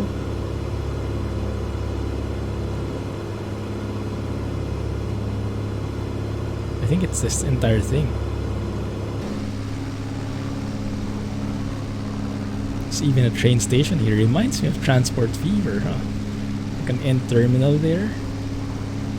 And the trains going that way, hugging the coast. Very nice. Okay, let's play it manually. Llandudno is a seaside resort, town and community in Conwy County Borough, Wales, located on the Craven Peninsula, which protrudes into the Irish Sea. In the 2011 UK census, the community, which includes Gorgarth, Penryn Bay, Craigside, Glanweven, Penrhyside and Bryn Pidw, had a population of 20,701. The town's name is derived from its patron saint, St Tudno. Llandudno is the largest seaside resort in Wales, and as early as 1861 was being called the Queen of the Welsh Watering Places. Historically a part of Caernarfonshire, Llandudno was formerly in the district of Aberconwy within Gwynedd. Good to know. Okay, let's move on. Westbound. We can follow some roads. I don't think we need to because the coast is pretty clear. Yeah, I think we follow the coast over and eventually we'll see the how do you pronounce this? Caernarfon Castle. Caernarfon? That's where we're going actually. That airport. So past the castle is where we're landing this thing. Cool.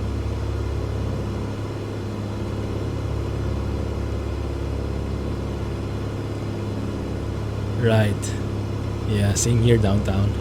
The AI traffic really, even the live traffic, really did the number on my FPS. I was telling the guys about it a while ago. I was on the ground in Houston. And there were lots of real traffic planes. Some United planes which looked nice, but the FPS was really bad. And it persisted that way until it really cleared the area. I don't think it ever recovered fully. So yeah, I'm not sure what happened. But seems like AI traffic is pretty unstable right now. So I just turned it off completely. Yours was on approach and final. That's even worse, wasn't it? At least for me, I'm not doing anything yet. Oh, this is nice. You can actually see the road through the mountain. Can you see the tunnel? Oh, that's pretty cool. This area reminds me of Transport Fever. Goodness, that's a sign.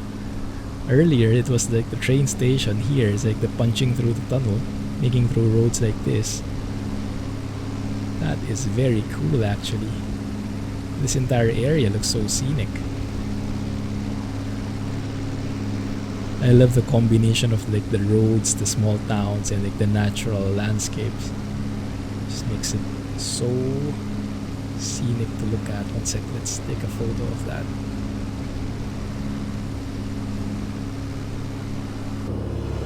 That's even with something like this kind of weather as a handicap. So it could look even better. cloud cover I think is getting lower in this area. I'm not sure if we can continue flying this way with live weather.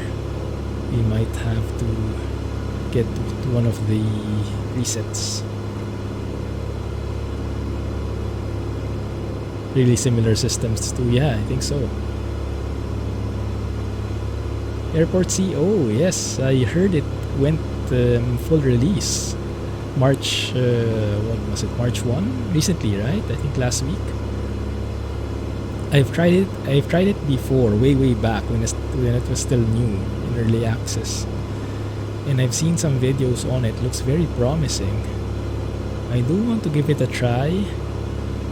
I'm just not sure if my creative juices will be enough for the management side of things. But yeah, we'll see. Have you seen videos on it? What's your impression on the full release?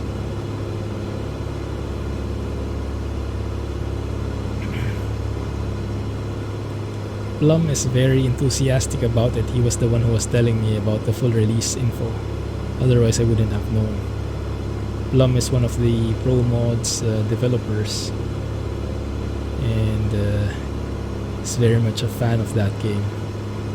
You haven't seen yet? I see. Yeah, I tried trying it out, but at the end of the day, I have a choice. Would I rather fly planes, or would I rather create the airports and manage them? So far, the answer has been I would rather fly the planes themselves. If that changes, or if I get that itch for the other side eventually, we'll see. I'll probably get a chance to try it out.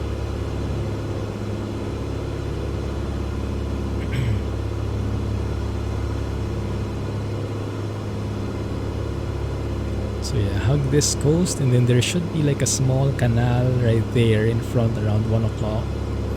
And there should be a bridge there. Menai Bridge? Something like that.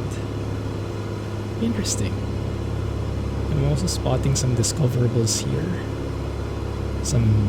A railway station, a hospital, a castle.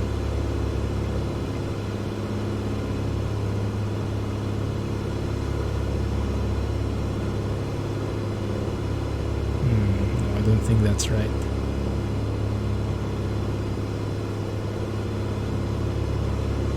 I love the reflection on the water though. Very nice. And I think we have a bit of strong winds here. Oh yeah, 20 knots. 204 at 20 knots. That's why we see a lot of waves even from 1,000 feet up. Beautiful view there. That reflection is very nice, isn't it?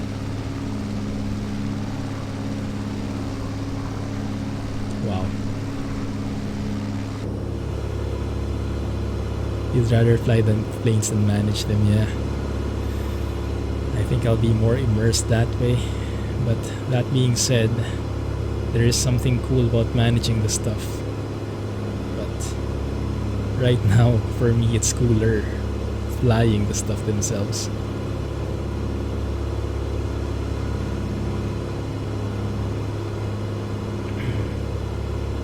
Signed up for ATC with VATSIM, but realized you enjoy flying the planes too much and get booted for inactivity.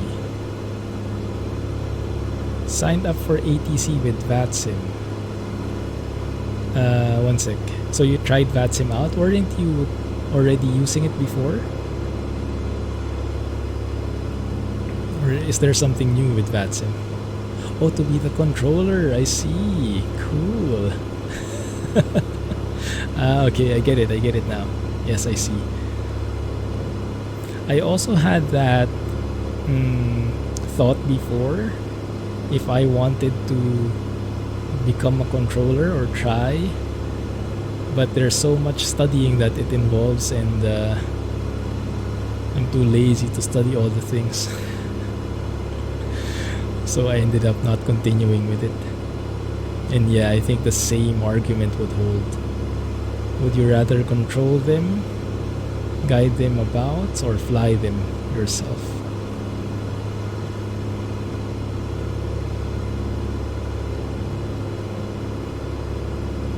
Yeah. And that would be very different answers for different people for sure, but I think for us, we are pilots at heart. I mean, that's why you're in the stream probably, right? There's the bridge. Menai Bridge. Not sure, I don't think it's a custom one, but let's try and fly close to it and see how that looks. Ah, yes.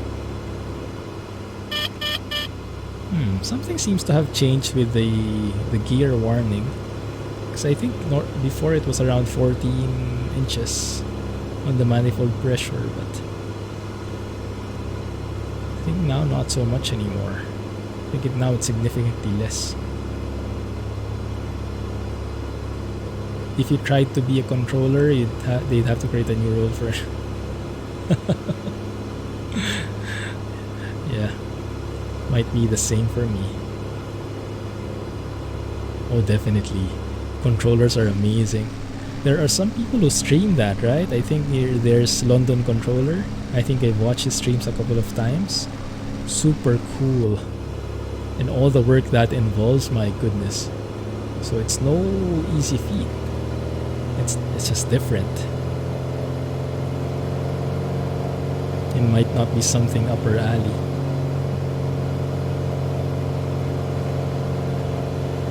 We should be pretty close to the castle. Should be coming up on our left.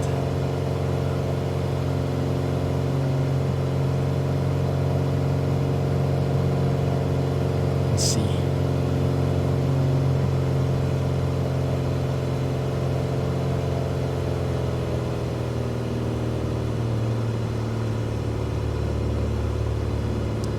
$2,200 on the RPM. There we go.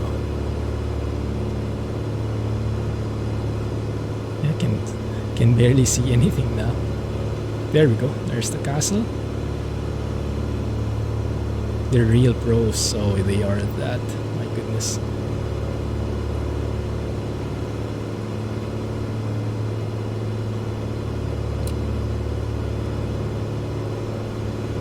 That's the fuel tank switching. How are we doing in terms of fuel? Around 1/4. We started in half tanks.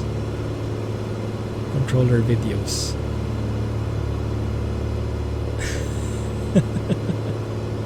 She just rolls her eyes. Yeah. Mrs. Clumsy has learned how to stay clear of such things.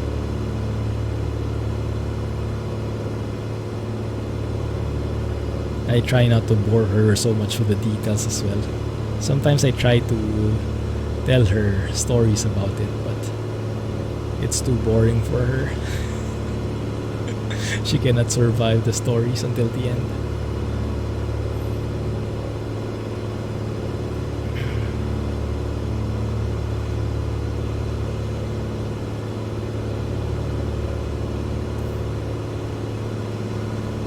Snowdon. Ooh. Snowdon is the highest mountain in Wales, at an elevation of 1,085 meters. That's not very high. That's around 3,000, 4,000 feet maybe.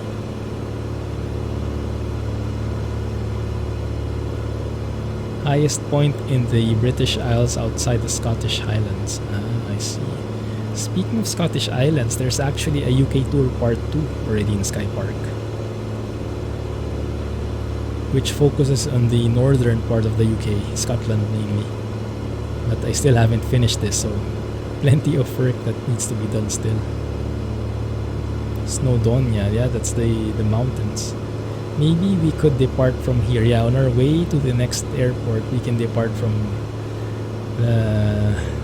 Caernarfon. And then we can pass through these mountains. But I think we'll have to change the weather then, so we get better visuals. Wales isn't terribly mountainous. Hey, Burger. Thanks for joining. Yeah, I think so, huh? Lots of pretty flat areas all throughout.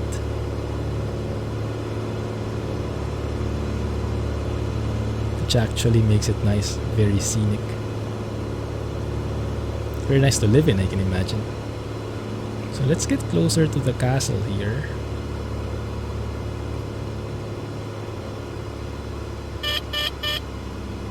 Actually, that's nice. They lowered so much the landing gear horn there.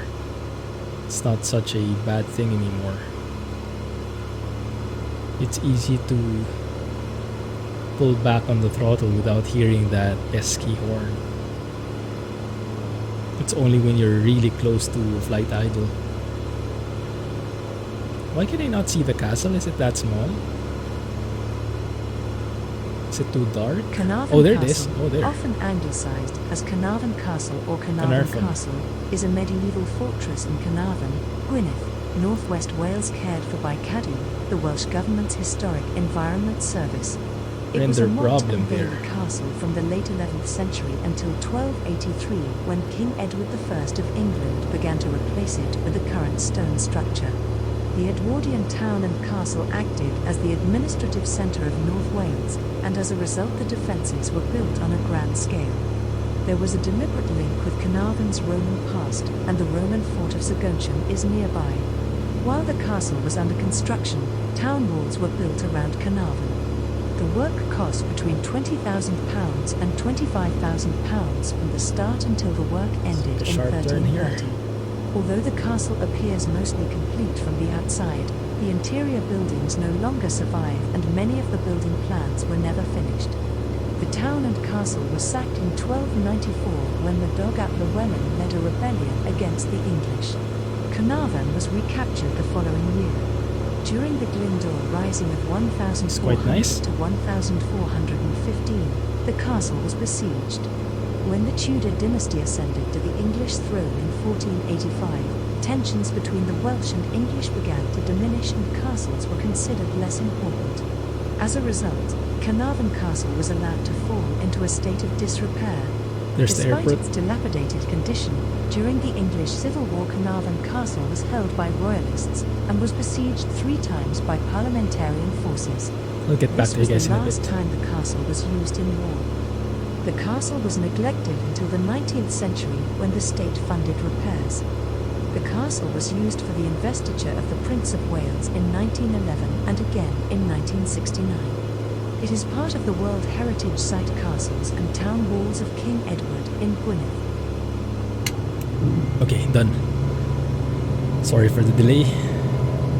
Texas thinks... People think Texas is flat. Oh! Yeah, I had that impression as well. There's the airport. Let's put on our lights here.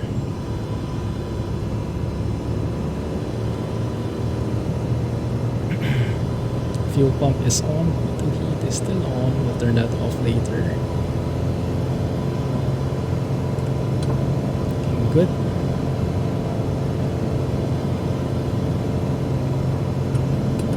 Full flaps.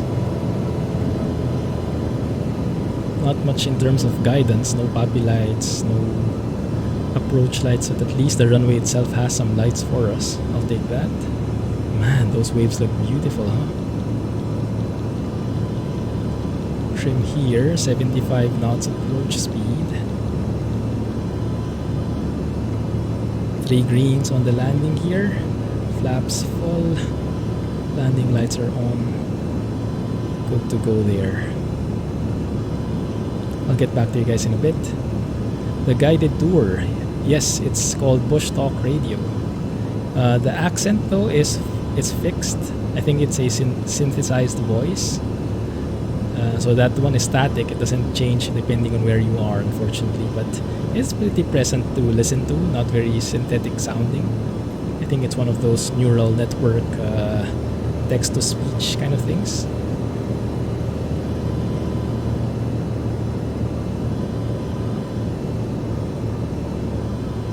Hey, it's Jack! The Rizlak himself. Oh, that's going to be very bad. There we go. Come on. actually not sure where the winds were coming from there. I should have researched. Oh, no wonder it was hard. Goodness, guys, the winds here are gusty. 28 knots. 28 knots. Gusting 40? No wonder we were getting hammered around. But thankfully, these are all perfectly headwinds, mostly. So almost like to the right, I think it's coming from. So I'll take that. Not that much of a problem. That's super windy indeed. If it was a bit more crooked, we probably couldn't land with this plane. If we had a bit of crosswind. Thankfully, it was aiming right in front of us, mostly. Alright, life. Thank you. Appreciate it. Appreciate the company, and thanks for the info. Catch you on Discord, man.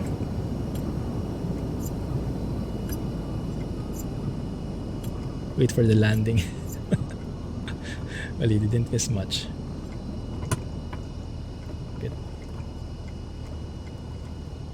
Where's Mr. Rizlag? Is this a runway again? I think so. There he is.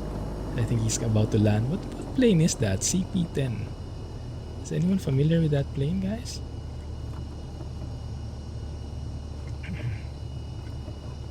Looks like we'll have to change the weather here. Let's test it out. I do want to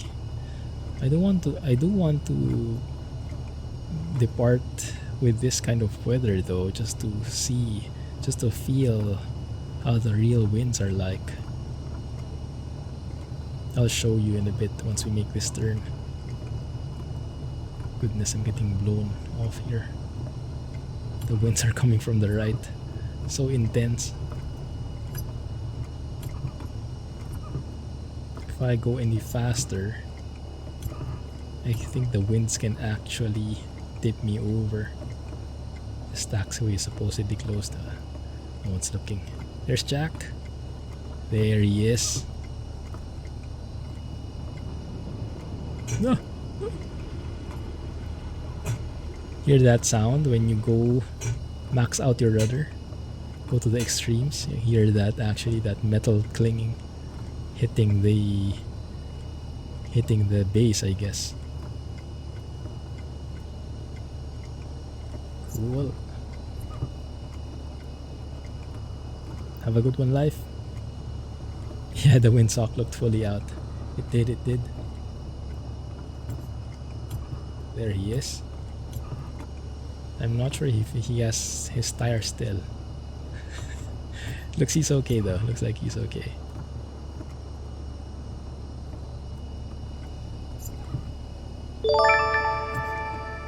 Hey, 2 months downtown. Goodness, thank you.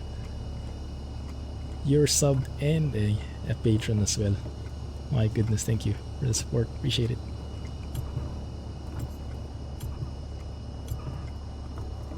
Jack's there. Oh, that looks like a tail dragger. Isn't it? Seems like it.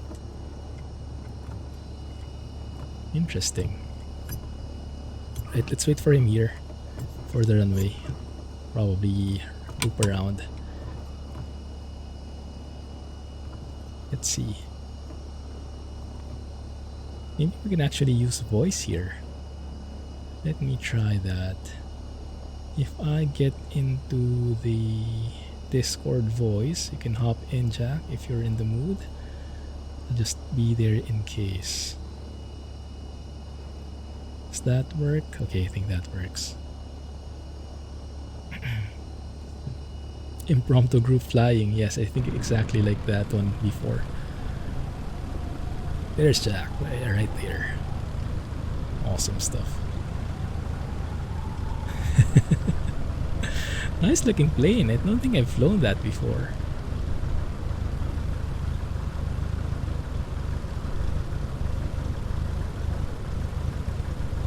Just check.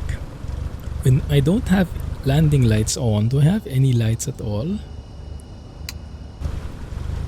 No lights at all. Okay, so when you're taxiing, I guess we do need landing lights. Now, in terms of the time, I guess we can keep the time in the weather for now, and it will change it when we're on the air. Let's see. Okay. Alright. Let's take off from here. Should we get in position? Actually not sure how these formation flights work. We could probably take off at the same time, right?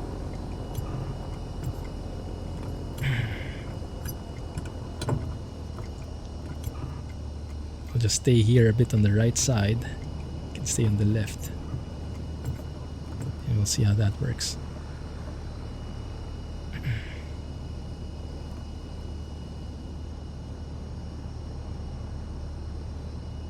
Now, how will we coordinate this with the delay in the chat? We'll see. Oh, that looks pretty cool. Alright, let's do this. Winds coming from in front, 182 knots. 182 at 28 knots. I was a bit scared about that. One sec, huh? So this is runway 20. The winds are actually coming from the left. Yeah, makes sense. And if you look at the windsock, yeah, indeed, that is pretty accurate. Winds coming from the left. Alright, so we put something like that, I guess would work. Let's try this out, Jack, if we can make this happen. Boost pump on, pitot heat on. Yes, thank you.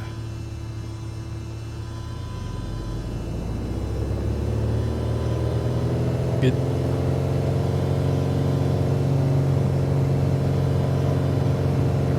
Let's see if I can manage to take off a bit more gently here. There we go. Didn't even have to pull on the yoke.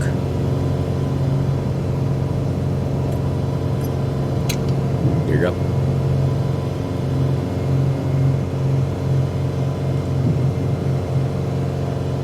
Altimeter was all wrong.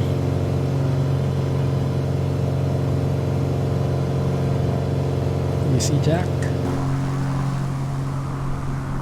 Oh, there he is. Cool. That's nice. Okay. Put the flaps up.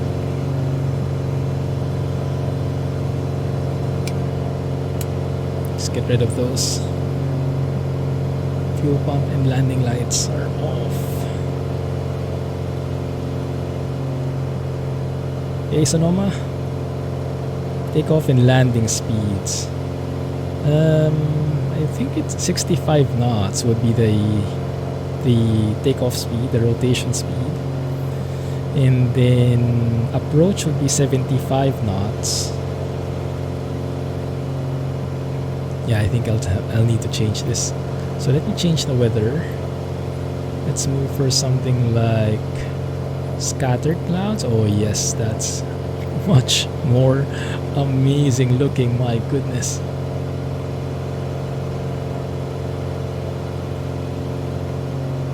One second. Did that actually get tracked? Yes, it did. Okay. Echo Golf Bravo Mike, Patton Hill. Good, good. Okay. So let's go to the next waypoint then. Let's discover all these things. Here on the left, I think that's the Snowdon. That cute little hill right in front of us. So if we climb to around 3,500 or 4,000 feet, that should actually be enough for us to go over the mountain, the hill there. What's the cruising speed on when leaned? Let's try it. What altitude would you like to try? Or we're not particular with that. Hey Breezewind, by the way, welcome to the stream. Sorry, didn't greet you a while ago.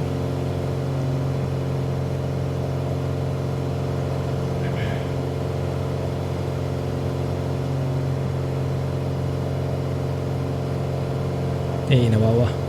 Well, I think the airspeed will lessen a bit when you lean it out. You'll get much better fuel economy, right? But the airspeed suffers just a tad as well. Versus when you're, for example, rich of peak.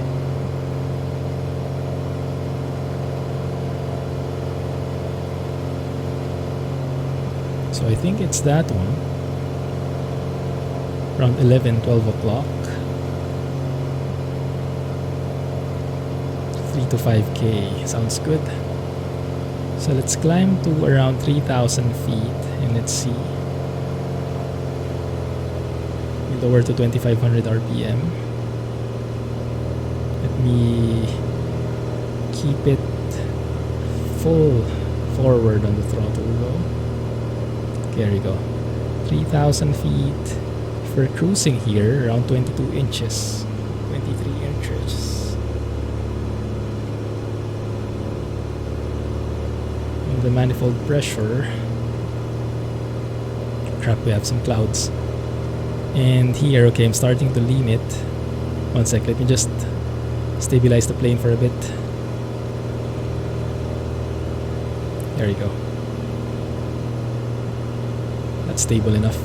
So here, looking at the EGT, if we hide this yoke, the EGT. So that's the peak. And lean it, how many? 25 degrees Fahrenheit? Something like that. Sorry. Where was that? Here on the left.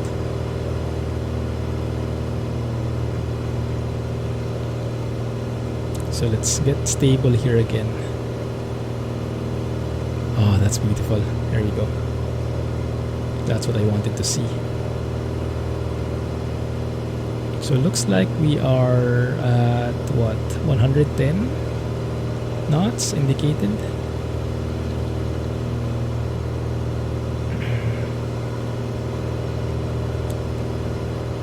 In terms of the wind, in terms of ground speed, we're at 117. 5 knot tailwind, so 112 true airspeed. 116. I think there's a way you see that here as well, but I'm just not familiar how to tweak that. Yeah. Oh, I forgot to refuel. Crap. Might need to stop over somewhere. Nearby airport. Yeah. From what I've watched, Snowdon is the highest mountain in Wales, at an elevation of 1,085 metres above sea level, and the highest point in the British Isles outside the Scottish Highlands. It is located in Snowdonia National Park in Gwynedd. It is the busiest mountain in the United Kingdom and the third most visited attraction in Wales. In 2018, it was visited by 558,000 walkers, with an additional 140,000 people taking the train. It is designated as a national nature reserve for its rare flora and fauna. The rocks that form Snowdon were produced by volcanoes in the Ordovician period, and the massif has been extensively sculpted by glaciation, forming the pyramidal peak of Snowdon and the aretes of Crib Hall and Wiley Red. The cliff faces on Snowdon, including Crosswind Takeoff, are significant for rock climbing, and the mountain was used by Edmund Hillary in training for the 1953 ascent of Mount Everest. The summit can be reached by a number of paths and by the Snowdon Mountain Railway. A rack railway opened in 1896 which carries passengers the 4.7 miles from Llanberis to the summit station. Some pretty strong updrafts in here. Called Harlech Castle, houses a cafe and is open only when the railway operated. Sure thing, it Reese. opened in 2009 to replace one built in the 1930s. The railway generally operates from March to the end of October, with trains running to the summit station from May. The daily running schedule depends on weather and customer demand. Snowdon is one of 3 mountains climbed as part of the National Three Peaks Challenge. In addition to being the highest mountain in Wales, Snowdon is also the high point of the historic county of Caernarfon. Very good, thank you. Thanks for the tour.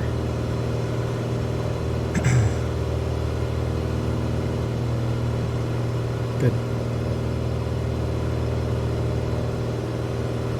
And I think from here, it's going to be full mountains head on, which is fine. I think we can actually stay here at this altitude, so we get a bit of overlook on the mountains in front of us. Oh my goodness, that looks so great. Let's take a photo of that. But in addition, let's take a photo with Jack behind right there. That's super cool looking. Back the names in. Nice. So pretty. Indeed, indeed. Thanks for coming along on the ride, chat.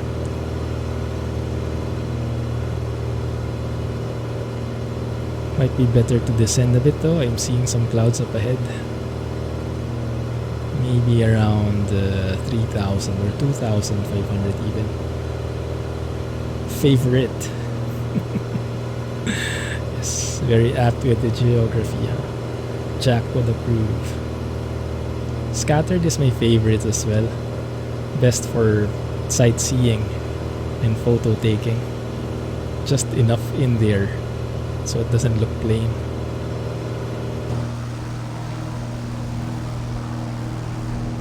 Very nice. And yeah, FPS is pretty good.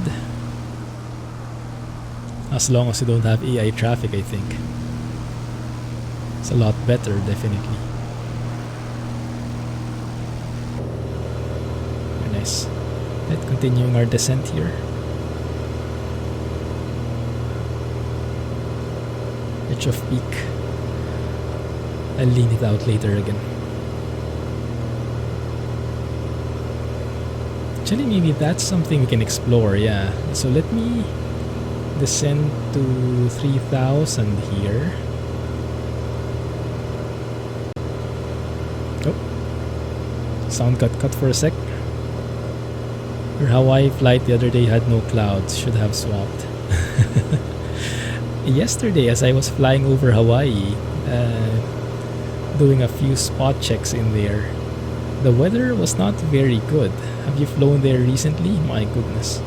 The live weather, not very scenic. I almost couldn't fly. Oh, that is so nice. Okay, 3,000. Let's experiment, alright?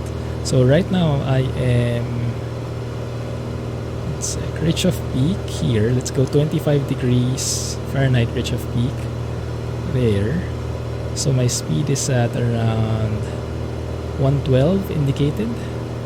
If I go lean of peak, I'm expecting that to lower a bit. But the fuel flow should also be significantly less. So all in all, I think it's better. But might not be very obvious. We'll see. Okay, let's level out here. I'm at 110, 109. So very close, very close. But in terms of fuel flow, it's hard to see the fuel flow with the analog gauges. What is that? Around 8? 8 what? I don't know, pounds per hour? Gallons per hour? I have no idea. Oh, there's Jack. Getting up close and personal with the mountains. So it looks like the airspeed has lowered even more, so it's down to 108, 107. Let's level off here. Something like that. So if I go back to reach of peak there, I should get back some speed, but I think this is a bit more in terms of fuel flow. Yeah, now we're past 8. So just a minor difference, but I think over long distances that counts, that changes.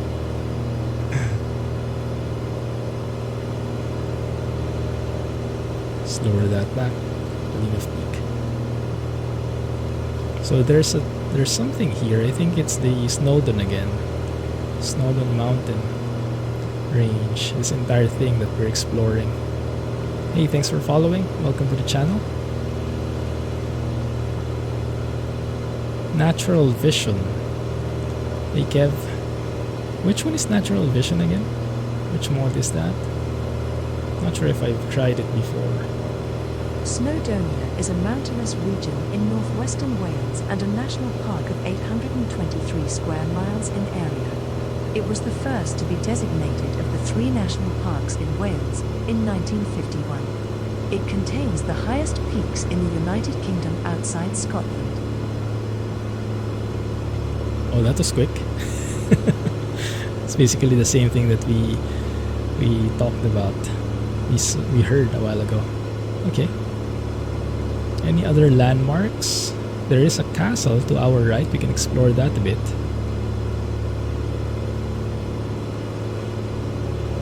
Oh, you mean Natural Lux? No, I don't think it will be updated for 140. Yeah. I think we've seen the end of Natural Lux. Close enough, close enough. Yeah. With the current lighting in 140 though,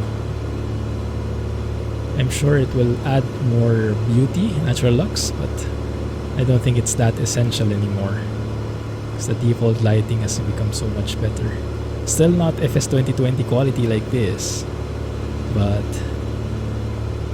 it's a lot better than before. So we can loop around the mountain here. Let's trace the lake around, go around this way, and then over the other side of the mountain there should be the castle, I think. Now, how are we doing in terms of fuel? 1/4? Yeah, it should be good. First. If you say so, Scotsman. How are you? Oh, there are 2 airports there. Yes, you can land in one of those. Actually, no, it's the same thing. Landbedder. I think that's it. Landbedder Airport. Pasta Castle. Then we can refuel there. Remind me to refuel, guys, okay? Otherwise, we're in for a treat. Let's descend here. A bit closer to the scenery. Great to hear, Scotsman. Sure thing, man. Appreciate it, downtown. Yeah, the graphics in this sim is truly next gen. Every time when I see screenshots, it still amazes me how beautiful it is. Like even the simple things, like this view right here, so easy on the eyes, right? And even more so the dramatic shots like that, the sunset shots, so good.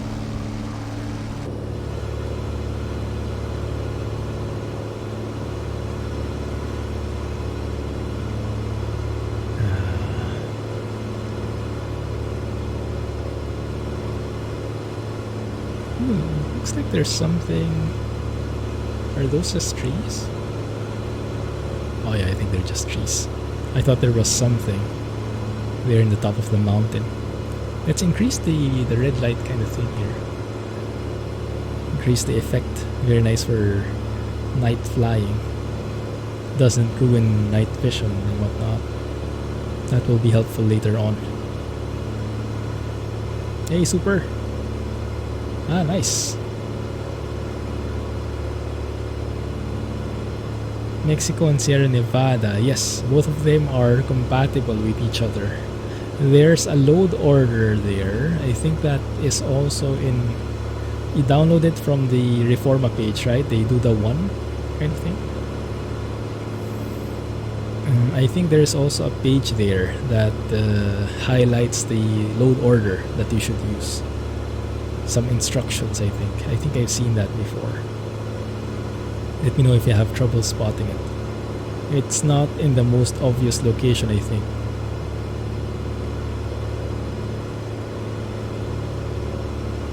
Sure thing, man. Enjoy.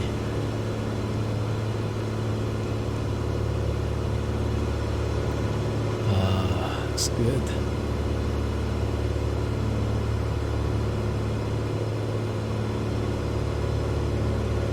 Yeah, I've been fond of flying like this for the past few weeks thanks to this entire UK tour. I'm just enjoying, even though one can argue it's not realistic, you're not following procedures, you know, you're not talking with ATC, You're not doing a run-up. You're not following the entire thingamajig about aviation. I'm just enjoying it, you know, casually flying, putting as much immersion in there, but also balancing it out, not sticking to reality 100%, but just keeping the good parts in there. And that's the amazing thing about these simulators. You can nitpick the realism, what's according to your taste. Leave only the good parts in, and throw out the hassles, the steps that you don't like doing, and it should be fine. You know, it's up to you. And with the fidelity that this sim gives us, my goodness, it's an amazing thing, isn't it? Super cool stuff. There's the airport right in front of us. See those blinking lights, 10, 11 o'clock. But before that, we should see the runway, actually. We see little nav map here. Ah, interesting. That's actually a non-existent airport, or at least a closed one, based on little nav map. So it has the... let me show you. Yeah, it's closed. Dang it. So how do we even refuel there? That might be a problem. Well, we'll try anyway because we're here already. So the castle should be, I think, that one in front of us, near the cliff. But I don't think there's a specific landmark for it. But it should play nonetheless. Just imagine where it is.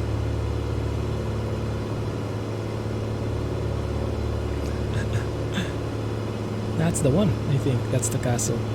Harlech Castle, Yeah. located in Harlech, Gwynedd, Wales, is a Grade I listed medieval fortification constructed atop a spur of rock close to the Irish Sea.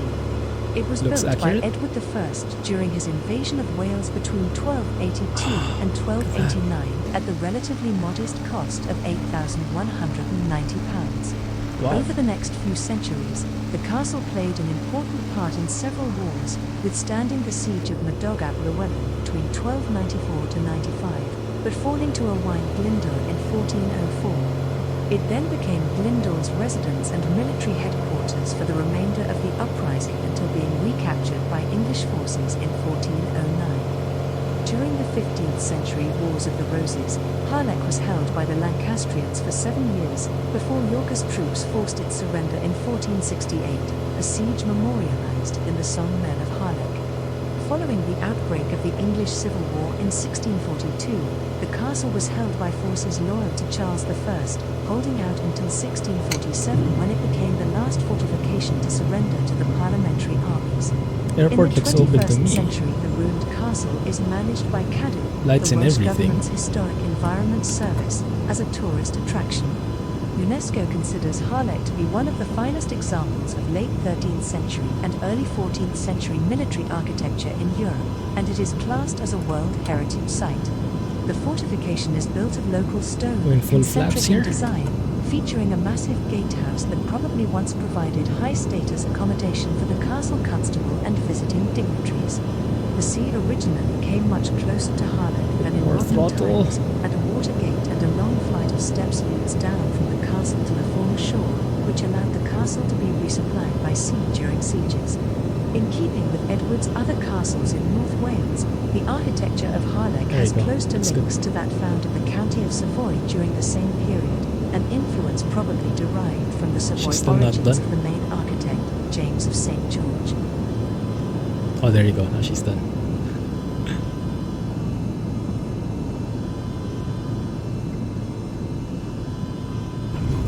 There we go. It's a bit more steady landing. But yeah, the rudder, I still haven't gotten it. Once you hit the ground, the rudder control does feel a bit finicky. I think it's not the plane itself though, it's just the general behavior of the sim. Something I still need to get used to, I think. Retard. Hey Gunny, how are you, man? You in downtown are taking shifts? You just left for dinner. Oh, I think we have the back taxi here. That's beautiful. I don't think there's a taxiway near the end. I hope there's a fuel stop though. Well, we can simulate it at the very least. I think Jack's also on final. Where is he? Oh yeah, he landed already. Cool stuff. It's a pretty long runway, thankfully.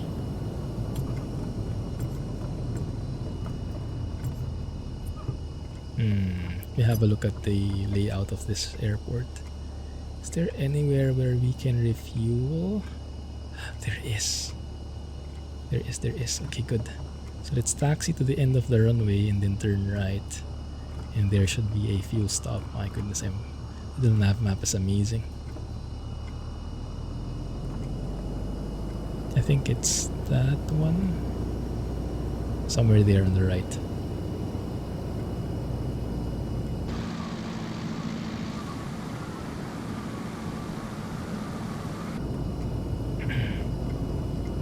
Good. Hey Panda, sorry for the delayed reply. Was a bit busy. How are you, man? Enjoying Pomizania. Flaps up.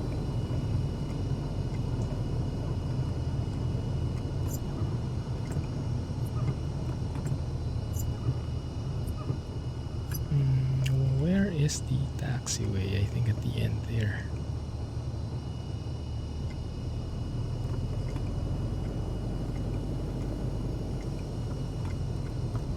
Yeah, this one looks closed.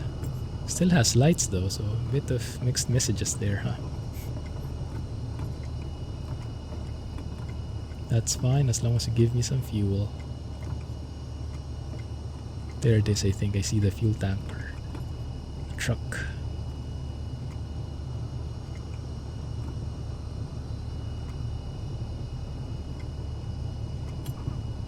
Come on.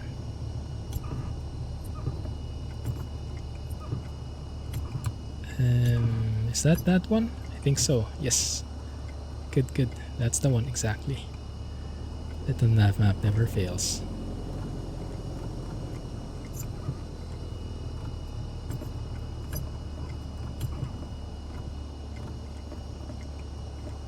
$99.2 exploration. Wow. I haven't even checked how much I have. It's for sure lower than that.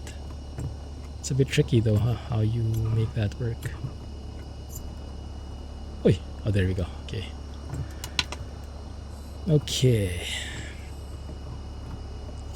I guess it would make sense to power down the engine, but it's too much of a hassle, so let's just max it out. That's enough immersion for now. Okay, and then let's do a pushback kind of thing. There you go, just to get some space here. It's actually more convenient to do a pushback when you don't have a pushback guy. Oh, there's Jack. Cool stuff.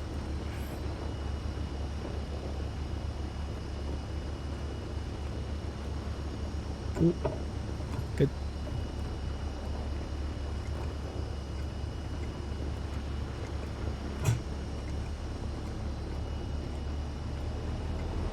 Off we go.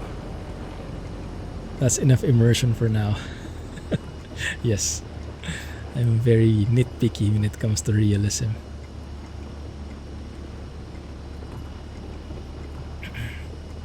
Only the good stuff.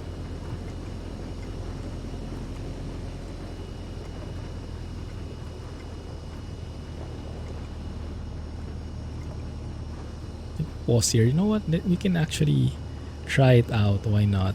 I haven't tried out the run up here yet. I'm actually not familiar with the exact procedures for this plane. Yeah, maybe I should study it first though. Let me show you that part. That part about the manual at least. Let's see. So if we look at the manual,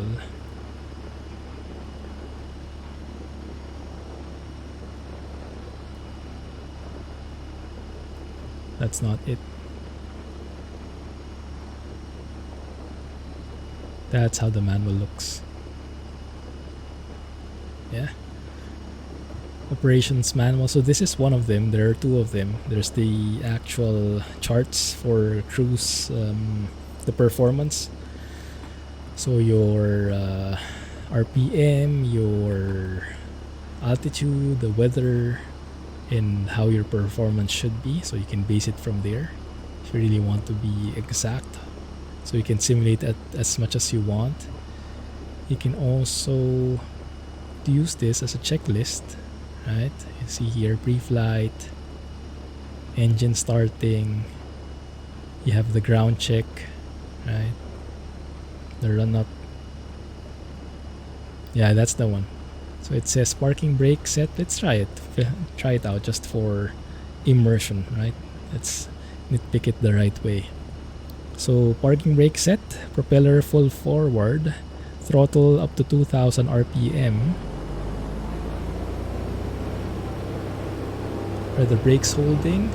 Yes, they are. But yeah, but this is one cool thing. If I max out the throttle here, the brakes will actually give way bit by bit. Like it's really struggling. It's not just locked down. You see it's struggling. Very nice. So yeah, 2000 RPM. Sorry Jack, a bit of delay here. Just to complete the experience. All temperature, all pressure, all in the green. Annunciator. Yeah, I think that's for the lights. And then we check the RPM. If we lower that, it goes down to 1500. Back up to 2000. Alternate air is this one. Check. Should still have everything working. There's a specific thing you check there. I forgot which one. Fuel pump off. Well, that was off already a while ago. Fuel pressure is good. Throttle, lower that down. I don't think it highlights here the run-up. Let me look for it. So here's the one I'm saying. Flying the arrow, so there's like instructions in here. Even exact airports in exact conditions, so that you can follow this step by step if you're not familiar with the plane. It's very nice, very useful. Starting the engine, for example. So the tank, the propeller, the switches, what you have to observe, things like that. I think, is it good? Yes. But yeah, there's a magneto check as well, right? Something like, I think it was setting the RPM to a certain level, like 2000, and then checking the magnetos here. Left magneto, you should see a drop in the RPM, but only a limited amount. Going back to both, that should rise. Then checking the right magneto, should get a drop again to a certain amount that is acceptable, I think 100 RPM. And then going back to both, so that is implemented as well. That level of detail is there for anyone who's wondering. Cool, okay, I'm good. The mags, there you go, Gunny. Thank you. Getting dust in my engine. There we go, sorry for the delay, Jack. Here we go. Flaps. Fuel pump to heat. All good here. Different runway this time, runway 15. I hope we have enough length here. The winds are pretty calm anyway, so shouldn't be a bad problem. So with less winds, it's easier to maintain the center line. And as I say that, I veer off. Yeah. Do we have the window open? Yes, we do. We actually hear it. You hear the wind seeping through. So cool. Probably not something you want to do in real life, but fine. For science. Number one excuse. Good. So where are we going? Good question. I think from here we head straight to the airport. The next airport, where is that one? There's an aqueduct here, but I don't see it. Oh, there is. Okay, let's go there. That might be the last landmark, and we have to end it there. Because we might not have enough time.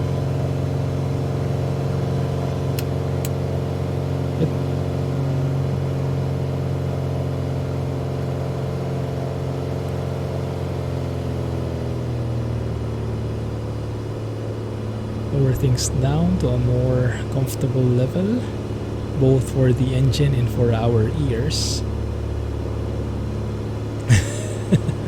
Welcome back, Alex. Another TV fixed. Tech consultant stuff. I can imagine.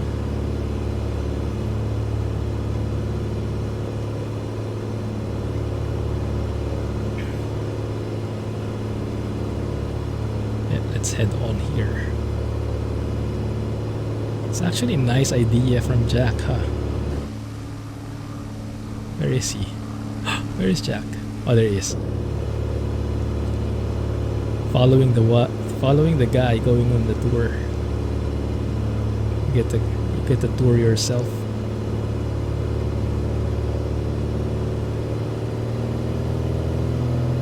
We need a bit of power here.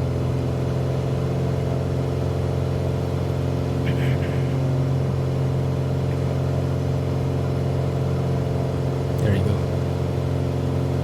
Yes, that's Jack Rizlag himself. Came out of nowhere, started following me around. Feels like a stalker, actually.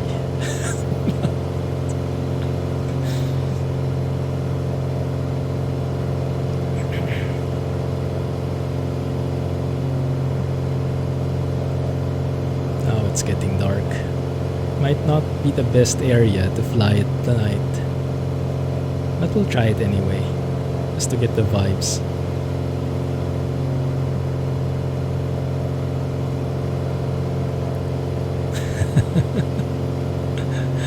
Yeah, I might think this is a different sim, huh?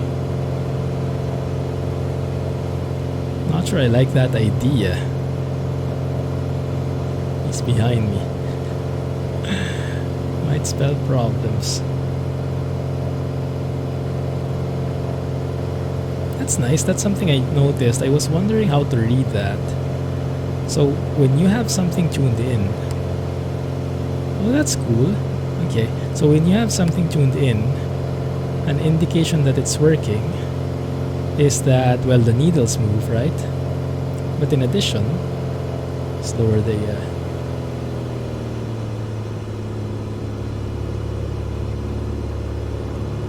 cruise here.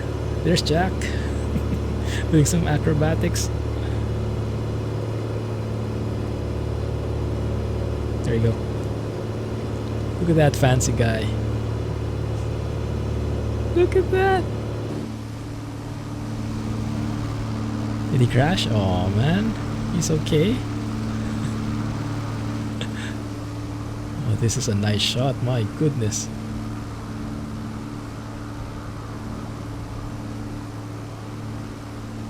That looks so good, doesn't it?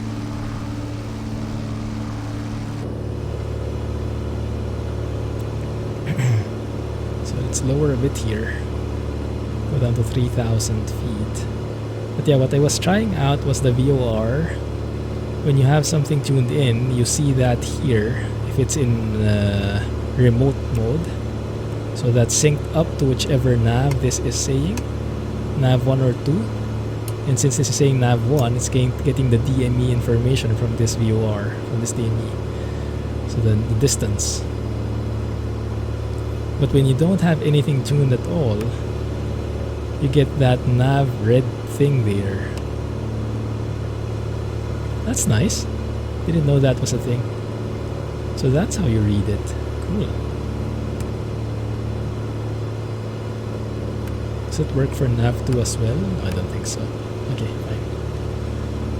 Looks like more mountainous areas.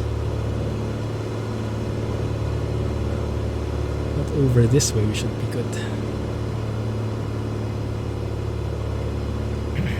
It's just bad at crashing. Well, he's shown the other day that he can be pretty good at it, I think. Although I think that wasn't his fault. More of the controls fault.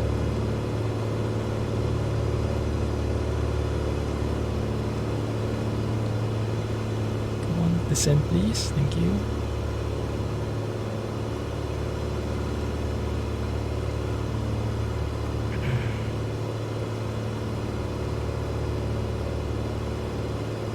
Looking good.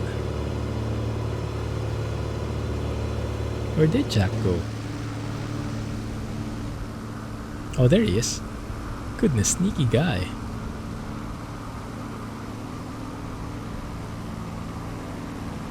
Can we actually hear his engine? Oh, yes, we can.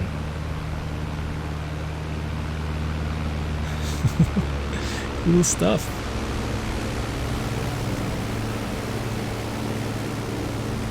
Formation flying. To a point. Nice.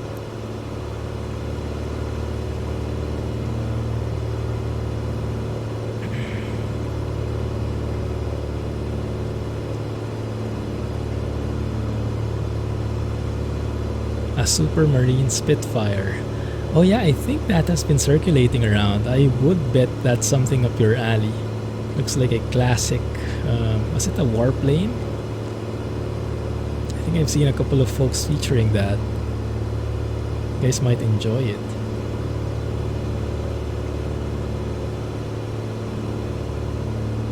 And based on the videos, I think it's pretty good quality as well. Not just the exterior that is modeled. It's a World War II British fighter. Ah, would fit this place very well, huh? Nice.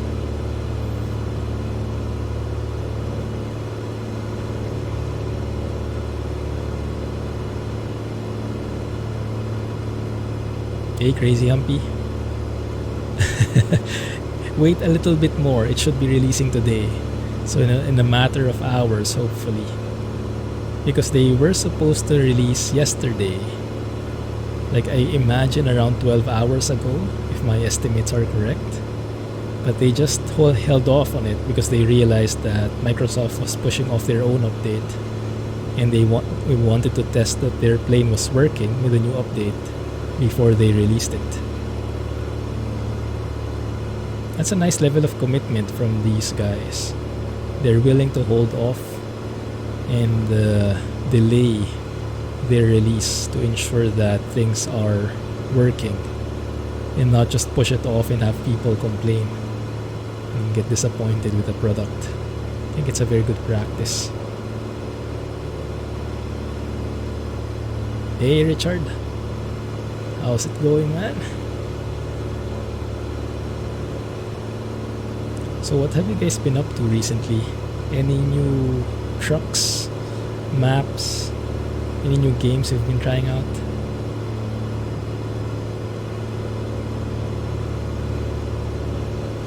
Yeah, definitely agree, Crazy. Very nice plane.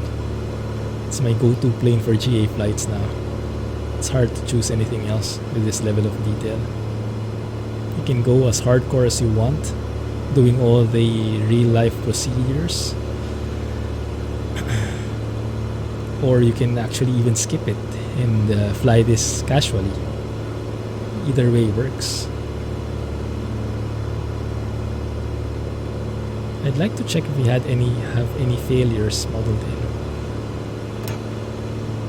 No, nothing. But yeah, any failures would appear here, and you can turn them on or off based on that enabled checkbox there.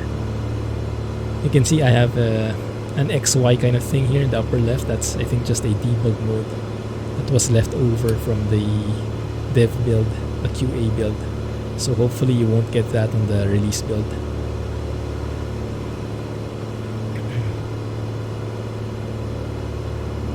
You're still in your SnowRunner fix, nice. Glad to hear you're enjoying that. How are you surviving without mods? Or do you have mods as well?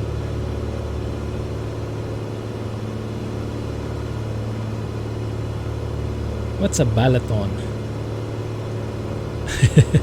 No worries, Jack, I can imagine. Thanks for flying. Hope you landed safe. Where did you end up?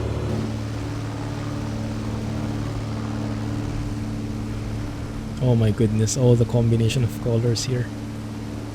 So good. And yeah, the lights are very nice. I'm actually thinking if that's a better way of flying for the night vision. So that one might be a bit bright.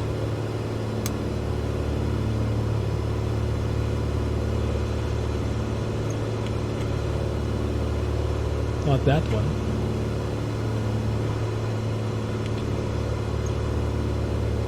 Something like that. Maybe that works because we can still see stuff, but they're not overly bright, so we can see very well what's outside.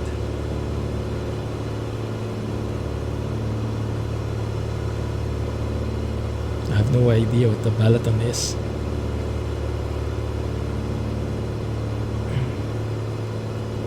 So much better than FSX, nice. Great to hear. Are you going to try out the Spitfire that Alex linked you? Might be interesting.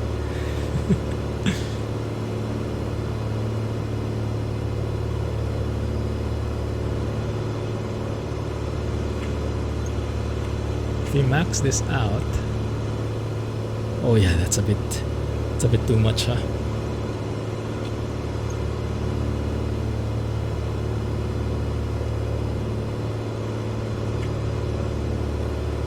£20. That can be pretty good if it's well simulated. Still play flight sim, just not as much. You're in for some updates, I think, when you get back on.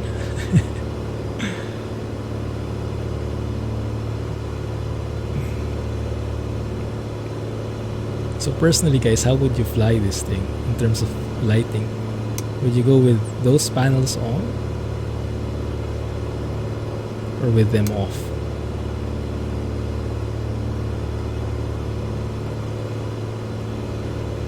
Would be interesting either way.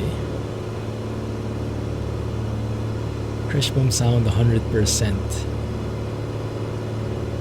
Oh, you keep it updated. Ah, I see.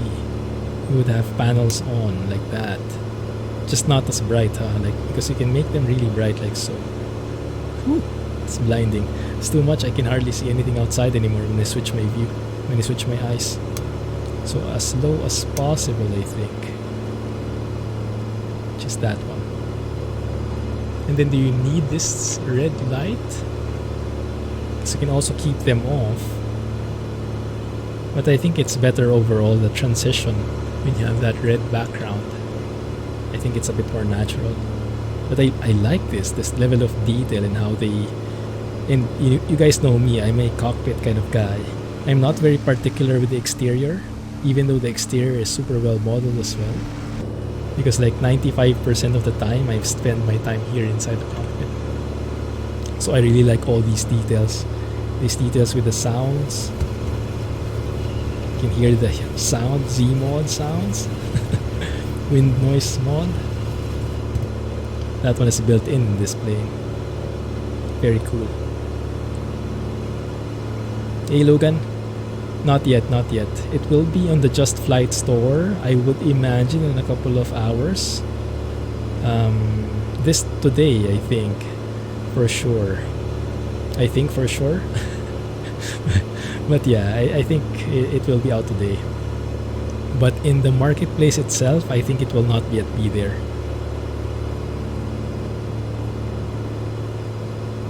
$25. Do we have 25 viewers? Welcome everyone. Didn't think even we had that much. Thank you guys for joining, and Hope you're having a chill time. That's the goal. Red light is a map light. Ah. So that's for reading maps, I see. So I remember 3,000. You mean viewers? That would be great, huh? Because I remember watching Aviation 101. And I think in his 172, he had this red light thing at night. Yeah, I guess that makes it easier to read stuff that don't have their own backlights. It's over 30 a bit ago. I actually don't even look at that so that I won't be conscious about it. But thank you. Appreciate the company, guys. So we can keep that off like so. That actually is pretty nice as well, huh? How about you guys? What's your personal preference? Red light on or off? I think for me personally, I'd want it on still, just for that easy transition.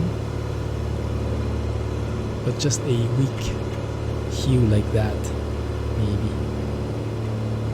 Blends well with the landscape outside. Cool. We should be getting close to the Pontcysyllte Aqueduct. Not sure if we'll get to see it firsthand, but we'll try. We might need to change the timing though, the time of the day.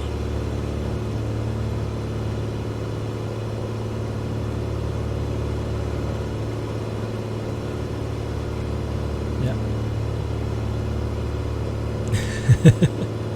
Yeah, exactly. Exactly. That would be very useful for guys like us. Almost time to land. Oh yeah, true. 5 minutes. Goodness. We'll land somewhere nearby because I don't think there's an airport in the vicinity. We'll find some flat surface to land in. But we'll try and explore the aqueduct first. Can you guys believe I've been hand flying for 3 hours? That's how much I enjoy flying this plane. I didn't even look at the autopilot. And normally I would engage autopilot as soon as I can. But this is just such a pleasure to fly. The controls are so easy to tweak. So level flight is not impossible even for me. There's a nice big field down there somewhere. I hope so. We'll definitely need it. There is a road though. That might be a possibility. Let's get lower here.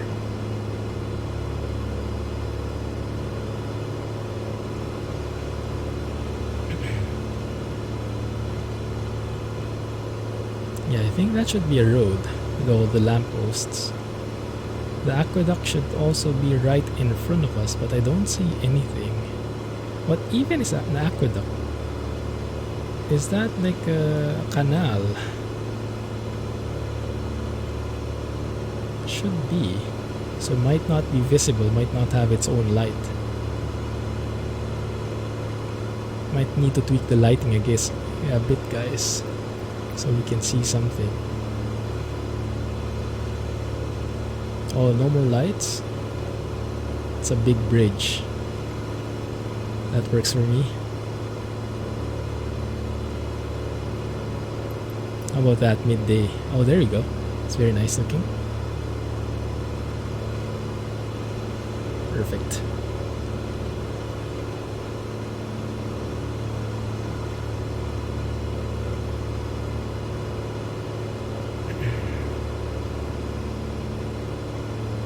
See anything in front? Help me look for a flat surface where we can land because everything looks so hilly so far. Maybe the top of that mountain. Lots of trees there though. Might not be a good call. What did the Romans ever do for us? Is that one of them? Roads, maybe?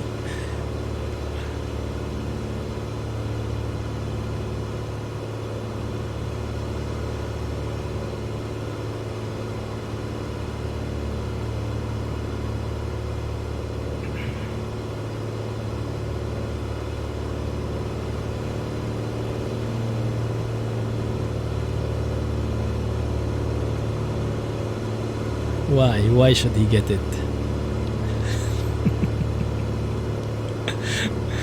Specify. Oh, there it is. Still 5 miles from here. Okay. Maybe we can land there. Who knows?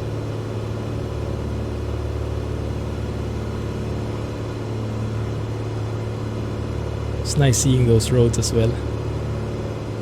See the vehicles passing through. And sometimes it actually works. They get hidden by the trees properly if you look from afar. My goodness, this looks great, huh?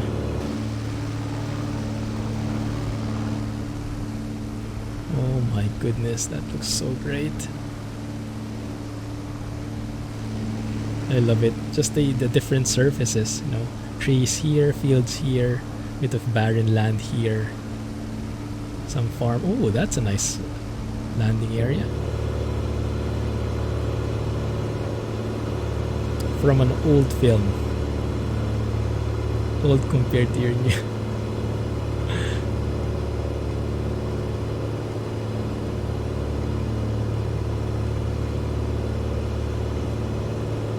When you click on my video to try and change the view.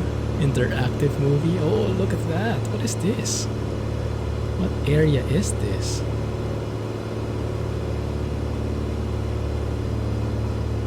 Llangollen?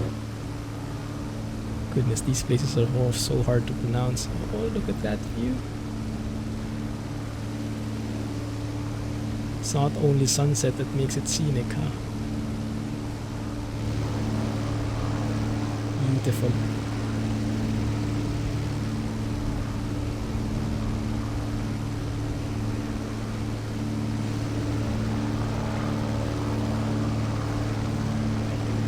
So good.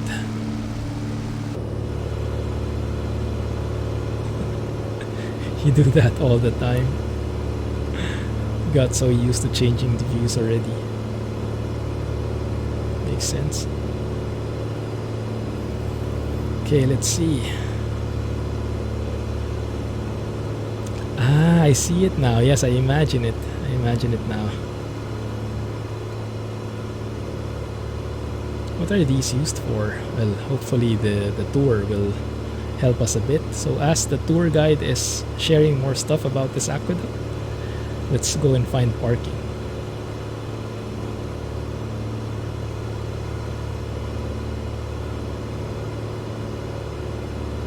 Group flight, I like the sound of that. Elevated water transport, that's a very concise way of saying it. And I got it. So you mean a water bridge? Sold. The Pontcysyllte Aqueduct is a navigable aqueduct that carries the Llangollen Canal across the River Dee in the Vale of Llangollen in northeast Wales.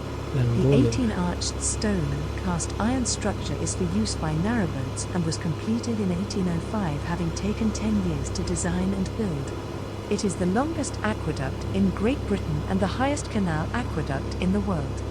The aqueduct was to have been a key part of the central section of the proposed Ellesmere Canal, an industrial waterway that would have created a commercial link between the River Severn at Shrewsbury and the port of Liverpool on the River Mersey. Although a less expensive construction course was surveyed further to the east, the westerly high ground route across the Vale of Llangollen was preferred because it would have taken the canal through the mineral-rich coalfields of northeast Wales. Only parts of the canal route were completed because the expected revenues required to complete the entire project were never generated. Most major work ceased after the completion of the Pontcysyllte Aqueduct in 1805. The structure is a Grade 1 listed building and a World Heritage Site. I like the look of that aqueduct. Can we land on top of it? Can we squeeze below it? So many possible options.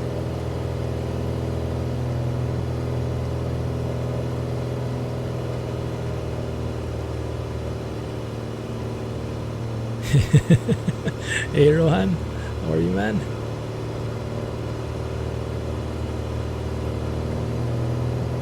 So nice.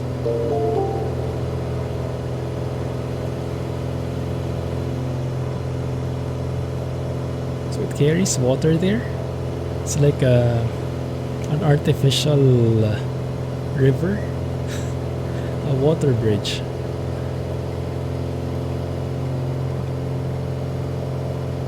Hey Lego, how are you, man? Glad you could join the stream. Nice seeing you here.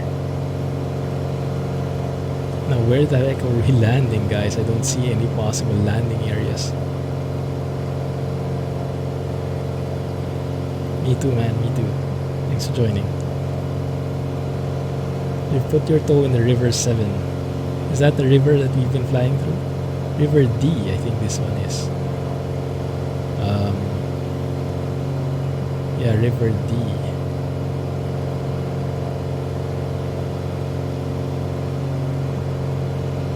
Doing good, Rohan. Have you been busy with college? Is that still a thing?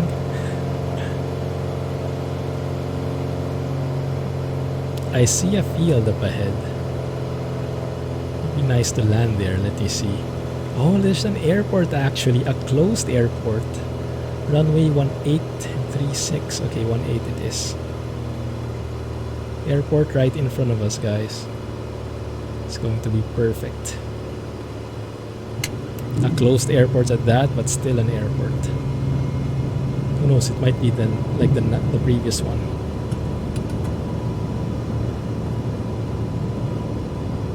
Where the heck is it though? Oh, is it this one? Oh yeah, it's that one. Crap. No.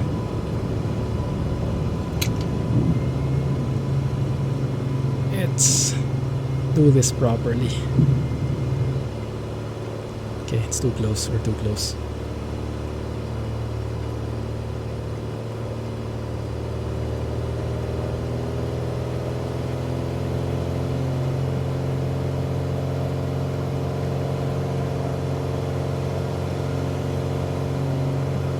I can see it.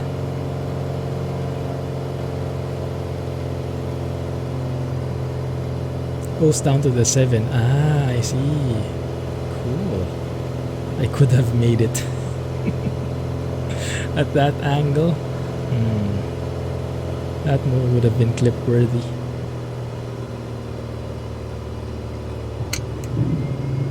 Okay, landing gear, going down. Let's get a bit of space from here.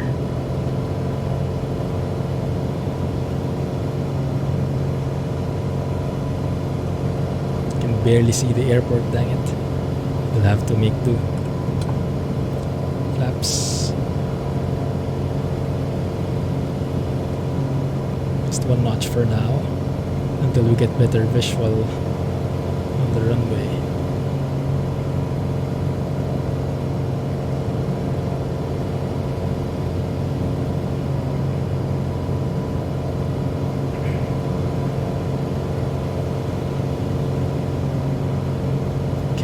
I see it. Full flaps here. Landing lights. Fuel pump on. That should be this one in front of us.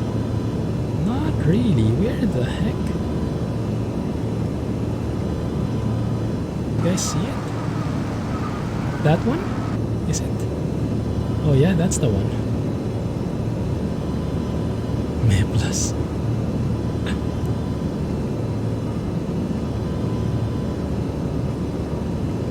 Doesn't look like much of a runway to me. Can barely see it, goodness. But I guess you can't be choosers. Is it this one? Yeah, it's this one. It's like a bicycle lane.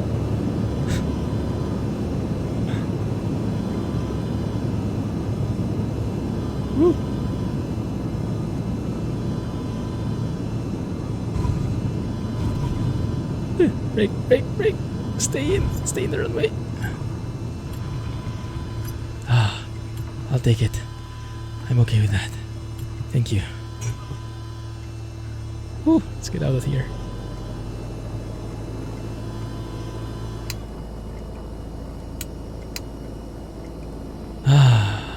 Let's overlook here for a nice view to end the stream. I think we are on someone's lawn.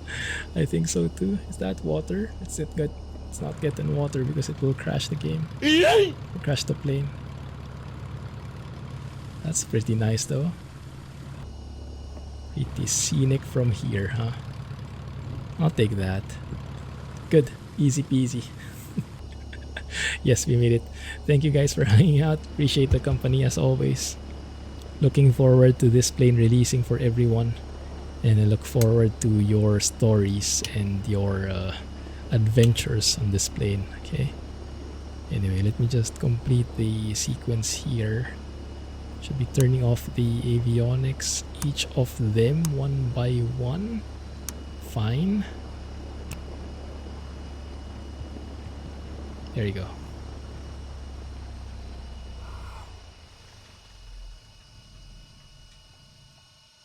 Very nice.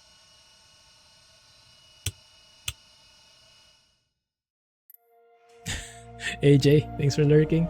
Appreciate it. Vicinity. Close enough. Have a good one, everybody. No, the plane is paid. Just flight. Thanks for watching. Thanks for hanging out. Catch you guys on Friday for some trucking. Not sure yet what I'll be going with, but we'll figure out a way. Okay? Thanks. Have a nice day. Have a good night. Catch you in Discord, guys. Bye-bye. Clumsy flying.